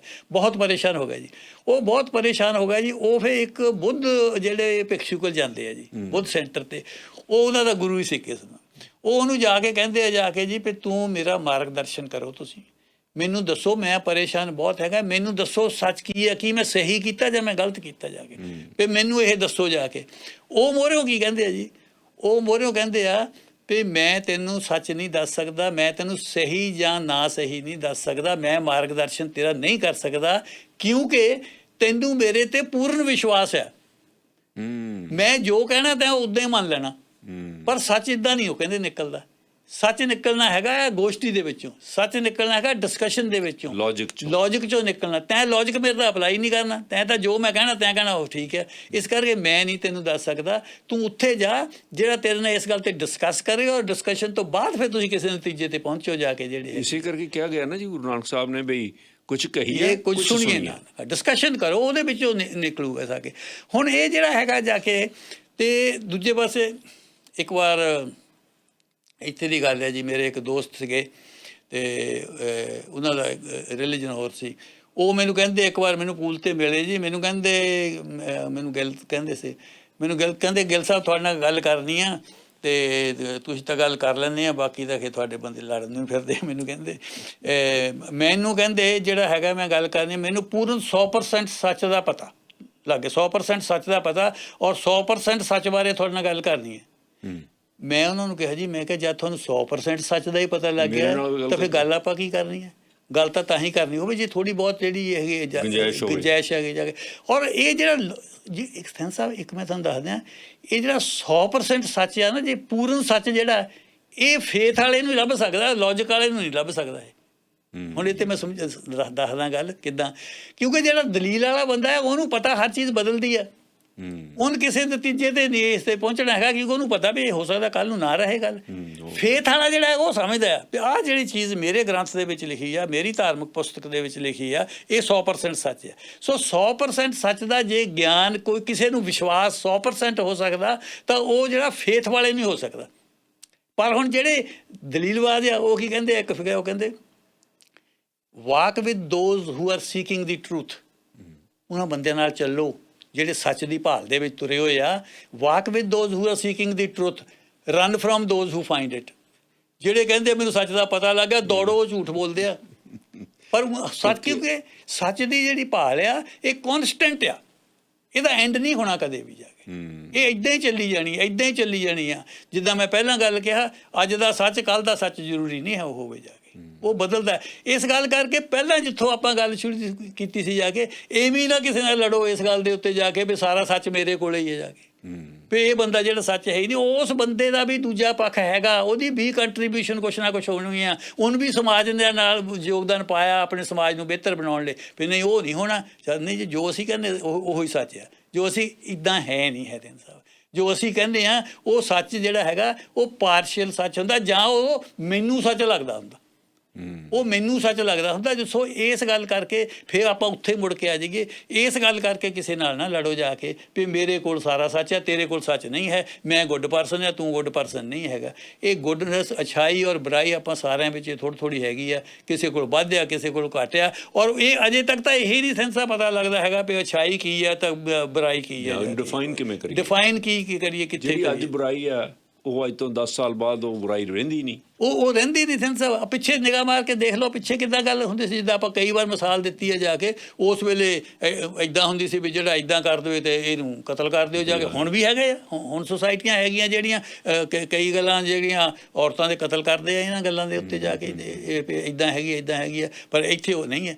ਹੁਣ ਅਫਗਾਨਿਸਤਾਨ ਦੀ ਜਿਹੜੀ ਸੱਚਾਈ ਆ, ਅੱਛਾਈ ਆ, ਉਹ ਹੋ ਰਿਹਾ, ਇੱਥੇ ਕੈਨੇਡਾ ਦੀ ਸੱਚਾਈ ਹੋ ਰਿਹਾ। ਹੁਣ ਕਿਹਨੂੰ ਠੀਕ ਕਰੀਏ, ਕਿਹਨੂੰ ਆਪਾਂ ਠੀਕ ਕਹੀਏ ਵੀ ਕਿਹੜੀ ਸਹੀ ਹੈ, ਕਿਹੜੀ ਗੱਲ ਹੈ। ਸੋ ਇਸ ਗੱਲ ਦੇ ਉੱਤੇ ਹਰ ਵੇਲੇ ਇਹ ਸਕੋਪ ਰੱਖਣਾ ਚਾਹੀਦਾ ਜਾ ਕੇ ਵੀ ਜਿਹੜੀ ਗੱਲ ਜਿਹਨਾਂ ਵੀ ਮੈਂ ਗੱਲ ਕਰ ਰਿਹਾ ਇਹਦੀ ਗੱਲ ਵੀ ਠੀਕ ਹੋ ਸਕਦੀ ਹੈ, ਇਹਦੀ ਗੱਲ ਵੀ ਠੀਕ ਘਰ ਦੇ ਵਿੱਚ ਸਪੈਸ਼ਲੀ ਫੈਮਿਲੀ ਦੇ ਵਿੱਚ ਵੀ ਹੋ ਸਕਦਾ ਵੀ ਇਹਦੀ ਗੱਲ ਵੀ ਠੀਕ ਹੋ ਸਕਦੀ। ਅਸੀਂ ਜਿਹੜੀ ਮੇਲ ਓਰੀਐਂਟਡ ਸੁਸਾਇਟੀ ਆ ਉਹ ਕੀ ਆ, ਆਦਮੀ ਸਮਝਦਾ ਇਹਨੂੰ ਇੱਦਾਂ ਨਾ, ਕਿਉਂਕਿ ਮੈਂ ਕਦੇ ਵੀ ਜਿਹੜਾ ਵੀ ਇੱਥੇ ਆਪਾਂ ਗੱਲ ਕੀਤੀ ਆ, ਆਪਾਂ ਕਦੇ ਵੀ ਆਦਮੀ ਜਾਂ ਔਰਤ ਦੇ ਹਿਸਾਬ ਨਾਲ ਗੱਲ ਨਹੀਂ ਕੀਤੀ ਹੈ। ਆਪਾਂ ਇਨਸਾਨੀਅਤ ਦੇ ਗੱਲ ਕੇ, ਜ਼ੁਲਮ ਚਾਹੇ ਔਰਤ ਨਾਲ ਹੁੰਦਾ ਚਾਹੇ ਆਦਮੀ ਨਾਲ ਹੁੰਦਾ, ਪਰ ਜ਼ਿਆਦਾਤਰ ਘਰਾਂ ਦੇ ਵਿੱਚ ਆਦਮੀ ਠੋਸਦੇ ਆ ਆਪਣੀ ਗੱਲ, ਜ਼ਿਆਦਾਤਰ ਬਿਲਕੁਲ, ਹਾਂ, ਪਰ ਔਰਤਾਂ ਵੀ ਕਰਦੀਆਂ, ਇਹ ਨਹੀਂ ਹੈ ਵੀ ਔਰਤਾਂ ਨਹੀਂ ਕਰਦੀਆਂ ਹੈਗੀਆਂ। ਸੋ ਇਹ ਕਦੇ ਵੀ ਇਸ ਗੱਲ 'ਤੇ ਨਹੀਂ ਖੜਨਾ ਚਾਹੀਦਾ ਵੀ ਮੈਂ 100% ਜਿਹੜਾ ਹੈਗਾ ਸਹੀ ਆ, ਔਰ ਜਿਹਦਾ ਮੈਂ ਡੀਲ ਕਰ ਰਿਹਾ ਇਹ ਗਲਤ ਹੈ, ਔਰ ਇਹਨਾਂ ਫਿਰ ਝਗੜਾ ਕਰੋ, ਝਗੜਾ ਨਾ ਕਰੋ, ਉਹਨੂੰ ਰਾਈਟ ਦੇ ਦਿਓ। ਤੁਸੀਂ you have right to have your views, ਤੁਸੀਂ ਸਮਝ ਸਕਦੇ ਹੋ ਤੁਹਾਡੀ ਗੱਲ ਠੀਕ ਹੈ, ਬਿਲਕੁਲ ਠੀਕ ਹੈ,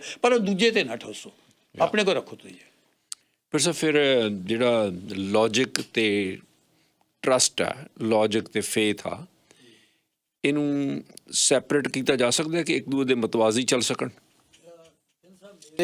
ਮੇਰੇ ਖਿਆਲ ਦੇ ਵਿੱਚ ਫੇਥ ਤੇ ਜਿਹੜਾ ਲੌਜਿਕ ਹੈ ਇਹਨੂੰ ਆਪਾਂ ਸੈਪਰੇਟ ਨਹੀਂ ਕਰ ਸਕਦੇ। ਮੈਂ ਬਲਾਈਂਡ ਫੇਥ ਦੀ ਗੱਲ ਨਹੀਂ ਕਰ ਰਿਹਾ, ਫੇਥ ਦੀ ਗੱਲ ਕਰ ਰਿਹਾ। ਇਹਨੂੰ ਦੋਨਾਂ ਨੂੰ ਹੀ ਇੱਕ ਦੂਜੇ ਦੀ ਲੋੜ ਆ, ਦੋਨਾਂ ਨੂੰ ਹੀ ਲੋੜ ਆ।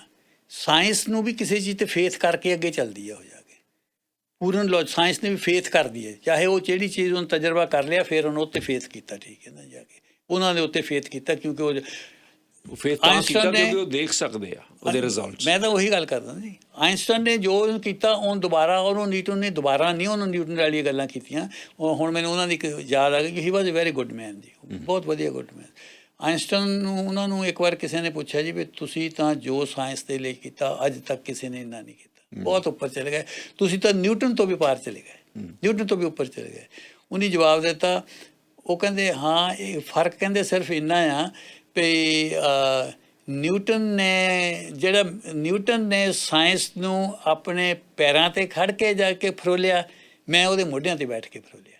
ਕੀ ਬਾਤ ਹੈ, ਠੀਕ ਹੈ ਨਾ। ਉਹ ਇੱਕ ਤਾਂ ਨਿਮਰਤਾ ਵੀ ਉਹਨਾਂ ਦੀ ਕਿੰਨੀ ਸੀ, ਔਰ ਦੂਜੀ ਗੱਲ ਉਹਨਾਂ ਦੀ ਠੀਕ ਵੀ ਸੀਗੀ। ਹੁਣ ਤੁਸੀਂ ਦੇਖੋ ਰਿਲੀਜਨ ਨੂੰ ਆਪਾਂ ਲੈ ਲਈਏ, ਇਹ 'ਤੇ ਆਪਾਂ ਫੇਥ ਜ਼ਿਆਦਾ ਕਹਿੰਦੇ ਵੀ ਰਿਲੀਜਨ ਜ਼ਿਆਦਾ ਫੇਥ ਦੇ ਉੱਤੇ ਚੱਲਦਾ। ਹੁਣ ਰਿਲੀਜਨ ਵੀ ਬਿਨਾਂ ਲੌਜਿਕ ਤੋਂ ਚੱਲ ਹੀ ਨਹੀਂ ਸਕਦਾ। ਹੁਣ ਮੈਂ ਤੁਹਾਨੂੰ ਦੱਸਦਾ, ਜਿੰਨੇ ਅਸੀਂ ਧਾਰਮਿਕ ਸਥਾਨ ਚਲਾਉਣ ਵਾਲੇ ਬੰਦੇ ਆ, ਤੁਹਾਡਾ ਖਿਆਲ ਆ ਵੀ ਇਹ ਦਲੀਲ ਤੋਂ ਲੌਜਿਕ ਤੋਂ ਬਿਨਾਂ ਚੱਲੂਗੇ?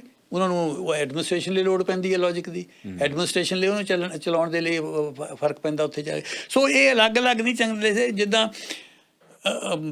ਇੱਕ ਵਾਰ ਬਰਟਨ ਰਸਲ ਨੇ ਇਹ ਗੱਲ ਕਿਹਾ ਸੀ, ਉਹਨੇ ਕਿਹਾ ਸੀ good life is inspired by love guided by knowledge.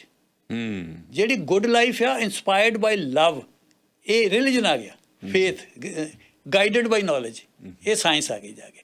ਫਿਰ ਇਹ ਦੋਨੋਂ ਹੀ ਚੀਜ਼ਾਂ ਜ਼ਰੂਰੀ ਹੈ, inspired by love and guided by knowledge. ਫਿਰ ਉਹਨੇ ਮਿਸਾਲ ਦਿੱਤੀ, ਉਹ ਕਹਿੰਦੇ ਜਦੋਂ ਇੱਕ ਦੂਜੇ ਤੋਂ ਅਲੱਗ ਹੁੰਦੇ ਆ ਨਾ ਫਿਰ ਤਬਾਹੀਆਂ ਹੁੰਦੀਆਂ। ਜਿੱਦਾਂ ਉਹਨੇ ਮਿਸਾਲ ਦਿੱਤੀ, ਉਹ ਕਹਿੰਦੇ ਵੀ ਹੁਣ ਜਿਹੜੇ ਲੰਡਨ ਦੇ ਵਿੱਚ ਇੱਕ ਵਾਰ ਪਲੇਗ ਪੈ ਗਈ, ਕਹਿੰਦੇ ਲੰਡਨ ਦੇ ਵਿੱਚ ਪਲੇਗ ਪੈ ਗਈ ਜਾ ਕੇ, ਤਾਂ ਜਿਹੜੇ ਉਹ ਗੁੱਡ ਮੈਨ ਸੀਗੇ ਉਹ ਇੰਸਪਾਇਰਡ ਬਾਈ ਲਵ, ਉਹਨੇ ਕਿਹਾ ਵੀ ਆਹ ਤਾਂ ਬਹੁਤ ਮਾੜੀ ਗੱਲ ਹੋ ਗਈ, ਲੋਕ ਮਰ ਰਹੇ ਆ, ਇੰਨਾ ਜ਼ੁਲਮ ਹੋ ਰਿਹਾ, ਇਹਦਾ ਕੁਛ ਇਲਾਜ ਕੱਢਿਆ ਜਾਵੇ ਜਾ ਕੇ, ਪਲੇਗ ਪੈ ਗਈ, ਪਲੇਗ ਦਾ ਕੁਛ ਤਾਂ ਕਰੀਏ ਜਾ ਕੇ। ਉਹ ਫਿਰ ਸਾਰੇ ਜਿਹੜੇ ਨੋਬਲ ਪਰਸਨ ਸੀ, ਗੁੱਡ ਮੈਨ ਸਾਰੇ ਸੀਗੇ, ਦੇ ਵਰ ਇੰਸਪਾਇਰਡ ਬਾਈ ਲਵ। ਫਿਰ ਉਹ ਜਾ ਕੇ ਚਰਚ ਵਿੱਚ ਚਲੇ ਗਏ, ਚਰਚ ਜਾ ਕੇ ਉਹਨੇ ਪ੍ਰੇਅਰ ਕੀਤੀ ਗੋਡ ਮੋਰੇ ਵੀ ਇਹ ਜਿਹੜਾ ਹੈਗਾ ਪਲੇਗ ਜਿਹੜੀ ਹੈਗੀ ਆ ਖਤਮ ਹੋਣੀ ਚਾਹੀਦੀ ਆ। ਉਹ ਹੋਇਆ ਕਿ ਹੋਰ ਜ਼ਿਆਦਾ ਫੈਲ ਗਈ, ਕਿਉਂਕਿ ਇਕੱਠੇ ਹੋਏ ਲੋਕ ਇੱਕ ਦੂਜੇ ਦੇ ਕੋਲ ਮੋਢੇ ਨਾਲ ਮੋਢਾ ਲੱਗਾ, ਉਹ ਪਲੇਗ ਹੋਰ ਪੈ ਗਈ। ਹੁਣ ਉਹ ਕਹਿੰਦੇ ਕੀ ਗੱਲ ਹੋਈ, ਇੰਸਪਾਇਰਡ ਬਾਈ ਲਵ ਤਾਂ ਸੀਗੇ ਉਹ, ਪਰ ਗਾਈਡਡ ਬਾਈ ਨੌਲੇਜ ਨਹੀਂ ਹੈ। ਉਹ ਨਹੀਂ ਹੈ ਉਹਨਾਂ ਦੇ ਕੋਲ ਜਾ ਕੇ ਜਿਹੜੇ ਹੈਗੇ, ਕਿਉਂਕਿ ਨੌਲੇਜ ਦਾ ਗਾਈਡਡ ਸੀ, ਉਹ ਤਬਾਹੀ ਹੋ ਗਈ ਜਾ ਕੇ। ਦੂਜੇ ਪਾਸੇ ਕਹਿੰਦੇ ਜਿਹੜੀ ਕਹਿੰਦੇ ਆਪਣੇ ਸੈਕੰਡ ਵਰਲਡ ਵਾਰ ਹੋਈ ਆ, ਇਹ ਕਹਿੰਦੇ ਗਾਈਡਡ ਬਾਈ ਨੌਲੇਜ ਸੀਗੀ, ਲੇਟੈਸਟ ਨੌਲੇਜ ਸੀ ਉਹਨਾਂ ਕੋਲ, ਵੈਪਨਾਂ ਦੀ ਸਭ ਕੁਛ ਦੀ, ਸਾਰੇ ਦੇ ਲੇਟੈਸਟ ਗਾਈਡਡ ਬਾਈ ਨੌਲੇਜ ਸੀਗੀ, ਇੰਸਪਾਇਰਡ ਬਾਈ ਲਵ ਹੈ ਨਾ ਸੀ, ਉਹ ਨਾ ਸੀਗਾ ਕਿਉਂਕਿ ਉਹ ਮੁਹੱਬਤ ਹੈ ਨਾ ਸੀ, ਮਾਰਨਾ ਚਾਹੁੰਦੇ ਸੀਗੇ। ਸੋ ਇਹ ਦੋਨੋਂ ਹੀ ਚੀਜ਼ਾਂ ਜਿਹੜੀਆਂ ਹੈਗੀਆਂ ਇਕੱਠੀਆਂ ਚੱਲਦੀਆਂ ਤਾਂ ਇਨਸਾਨੀਅਤ ਦਾ ਭਲਾ ਹੈਗਾ ਆ। ਜੇ ਇਹ ਇਕੱਠੀਆਂ ਨਹੀਂ ਚੱਲਦੀਆਂ ਹੈਗੀਆਂ ਤਾਂ ਇਨਸਾਨੀਅਤ ਦਾ, ਕਿਉਂਕਿ ਇਮੋਸ਼ਨ ਔਰ ਲੌਜਿਕ ਇਹ ਇਕੱਠੇ ਚੱਲਣੇ ਆ, ਇਹਨਾਂ ਦੋਹਾਂ ਤੋਂ ਬਿਨਾਂ ਗੁਜ਼ਾਰਾ ਨਹੀਂ ਹੈ ਕਿਸੇ ਚੀਜ਼ ਦਾ ਜਾ ਕੇ। ਇਹਨਾਂ ਦੇ ਨਾਲੇ ਨਾਲ ਜਿਹੜੀ ਹੈਗੀ ਹੈ ਸਾਰੀਆਂ ਚੀਜ਼ਾਂ ਜਿਹੜੀਆਂ ਚੱਲਣੀਆਂ। ਜੇ ਅਸੀਂ ਅਲੱਗ ਕਰਨ ਦੀ ਕੋਸ਼ਿਸ਼ ਕਰਾਂਗੇ ਤਾਂ ਇਹ ਹੋਣੇ ਨਹੀਂ ਹੈ, ਇਕੱਠੇ ਆ। ਤੁਹਾਡੇ ਹਰ ਬੰਦੇ ਦੇ ਅੰਦਰ ਦੇਖੋ ਫੇਥ ਵੀ ਆ, ਹਰ ਬੰਦੇ ਦੇ ਅੰਦਰ ਦਲੀਲ ਵੀ ਆ, ਹਰ ਬੰਦੇ ਦੇ ਅੰਦਰ। ਹੁਣ ਆਪਾਂ ਧਰਮ ਦੀ ਗੱਲ ਸਿੰਘ ਸਾਹਿਬ ਕਰ ਲਈਏ, ਸਾਇੰਸ ਤੋਂ ਬਿਨਾਂ ਧਰਮ ਕਿੱਦਾਂ ਚੱਲ ਜੂ ਜੀ? ਉਹਨਾਂ ਨੂੰ ਤਾਂ ਬਿਜਲੀ ਲਾਈਟ ਦੀ ਵੀ ਲੋੜ ਹੈ ਜਾ ਕੇ ਜੀ, ਤੇ ਉਹ ਅੰਦਰ ਮਾਈਕ ਦੀ ਵੀ ਲੋੜ ਹੈ ਜਾ ਕੇ, ਉਹਦੇ ਵਿੱਚ ਹੈ ਪਬਲਿਸਿਟੀ ਕਰਨ ਦੀ ਵੀ ਲੋੜ ਹੈਗੀ ਹੈ, ਇੱਥੇ ਤੁਹਾਡੇ ਕੋਲ ਵੀ ਆ ਕੇ ਪ੍ਰਚਾਰ ਕਰਨ ਦੀ ਲੋੜ ਹੈ, ਸਾਧਨ ਦੀ ਹੈ, ਉਹਦੀ ਜਿਹੜੀ ਹੈਗੀ ਆ ਲੋੜ ਨਹੀਂ ਹੈ। ਇਹਨੂੰ ਵੀ ਲੋੜ ਹੈਗੀ ਆ, ਪਰ ਜਿਹੜਾ ਰੈਸ਼ਨੈਲਿਟੀ ਆ ਉਹਨੂੰ ਘੱਟ ਲੋੜ ਆ, ਉਹ ਚੱਲ ਸਕਦਾ ਥੋੜ੍ਹਾ ਜਿਹਾ। ਪਰ ਜੇ ਆਪਾਂ ਰਿਲੀਜਨ ਨੂੰ ਗੁੱਡਨੈਸ ਸਮਝੀਏ, ਜੇ ਰਿਲੀਜਨ ਨੂੰ ਸਿਰਫ ਮੱਥਾ ਟੇਕਣਾ ਸਮਝਣਾ, ਦੈਟ ਇਜ਼ ਸੈਪਰੇਟ ਥਿੰਗ। ਕਿਉਂਕਿ ਮੇਰੀ ਡੈਫੀਨੇਸ਼ਨ ਉਹ ਰਿਲੀਜਨ ਦੀ ਨਹੀਂ ਹੈ ਜਾ ਕੇ, ਮੇਰੀ ਡੈਫੀਨੇਸ਼ਨ ਗੁੱਡਨੈਸ ਦੀ। ਗੁੱਡਨੈਸ ਦੇ ਲਈ ਰੀਜ਼ਨ ਦੀ ਲੋੜ ਹੈ, ਰੀਜ਼ਨ ਨੂੰ ਜਿਹੜੀ ਹੈਗੀ ਆ ਗੁੱਡਨੈਸ ਦੀ ਲੋੜ ਆ। ਸੋ ਇਹ ਦੋਨੋਂ ਚੀਜ਼ਾਂ ਜਿਹੜੀਆਂ ਹੈਗੀਆਂ ਇਕੱਠੀਆਂ ਜਿਹੜੀਆਂ ਚੱਲਣੀਆਂ ਜਾ ਕੇ। ਔਰ ਇੱਕ ਵੀ ਜਿਹੜਾ ਹੈਗਾ ਆ ਟੋਟਲ ਨਹੀਂ ਹੈ ਜਾ ਕੇ, ਜੇ ਮਨੁੱਖਤਾ ਦਾ ਕਲਿਆਣ ਕਰਨ ਵਾਲੀ ਟੋਟਲ ਦੀ ਗੱਲ ਨਹੀਂ। ਹੁਣ ਜਿੱਦਾਂ ਇਹ ਕਹਿੰਦੇ ਜਿਹੜੇ ਰਿਲੀਜਨ ਵਾਲੇ ਗੱਲ ਹੈਗੀ ਆ, ਉਹਦੇ ਵਿੱਚ ਡਾਕਟਰ ਰਾਧਾ ਕ੍ਰਿਸ਼ਨ ਜਿਹੜੇ ਇੰਡੀਆ ਦੇ ਮੇਰੇ ਖਿਆਲ ਸੈਕੰਡ ਪ੍ਰੈਜ਼ੀਡੈਂਟ ਹੋਏ ਆ, ਉਹਨਾਂ ਦਾ ਇੱਕ ਬੁੱਕ ਮੈਂ ਪੜ੍ਹੀ ਸੀ, ਬੁੱਕ ਤਾਂ ਮੈਨੂੰ ਇੱਕ ਚੇਤੇ ਰਹਿ ਗਿਆ। ਉਹ ਕਹਿੰਦੇ to be spiritual is not to reject reason. To be spiritual is not to reject reason, but to go beyond it.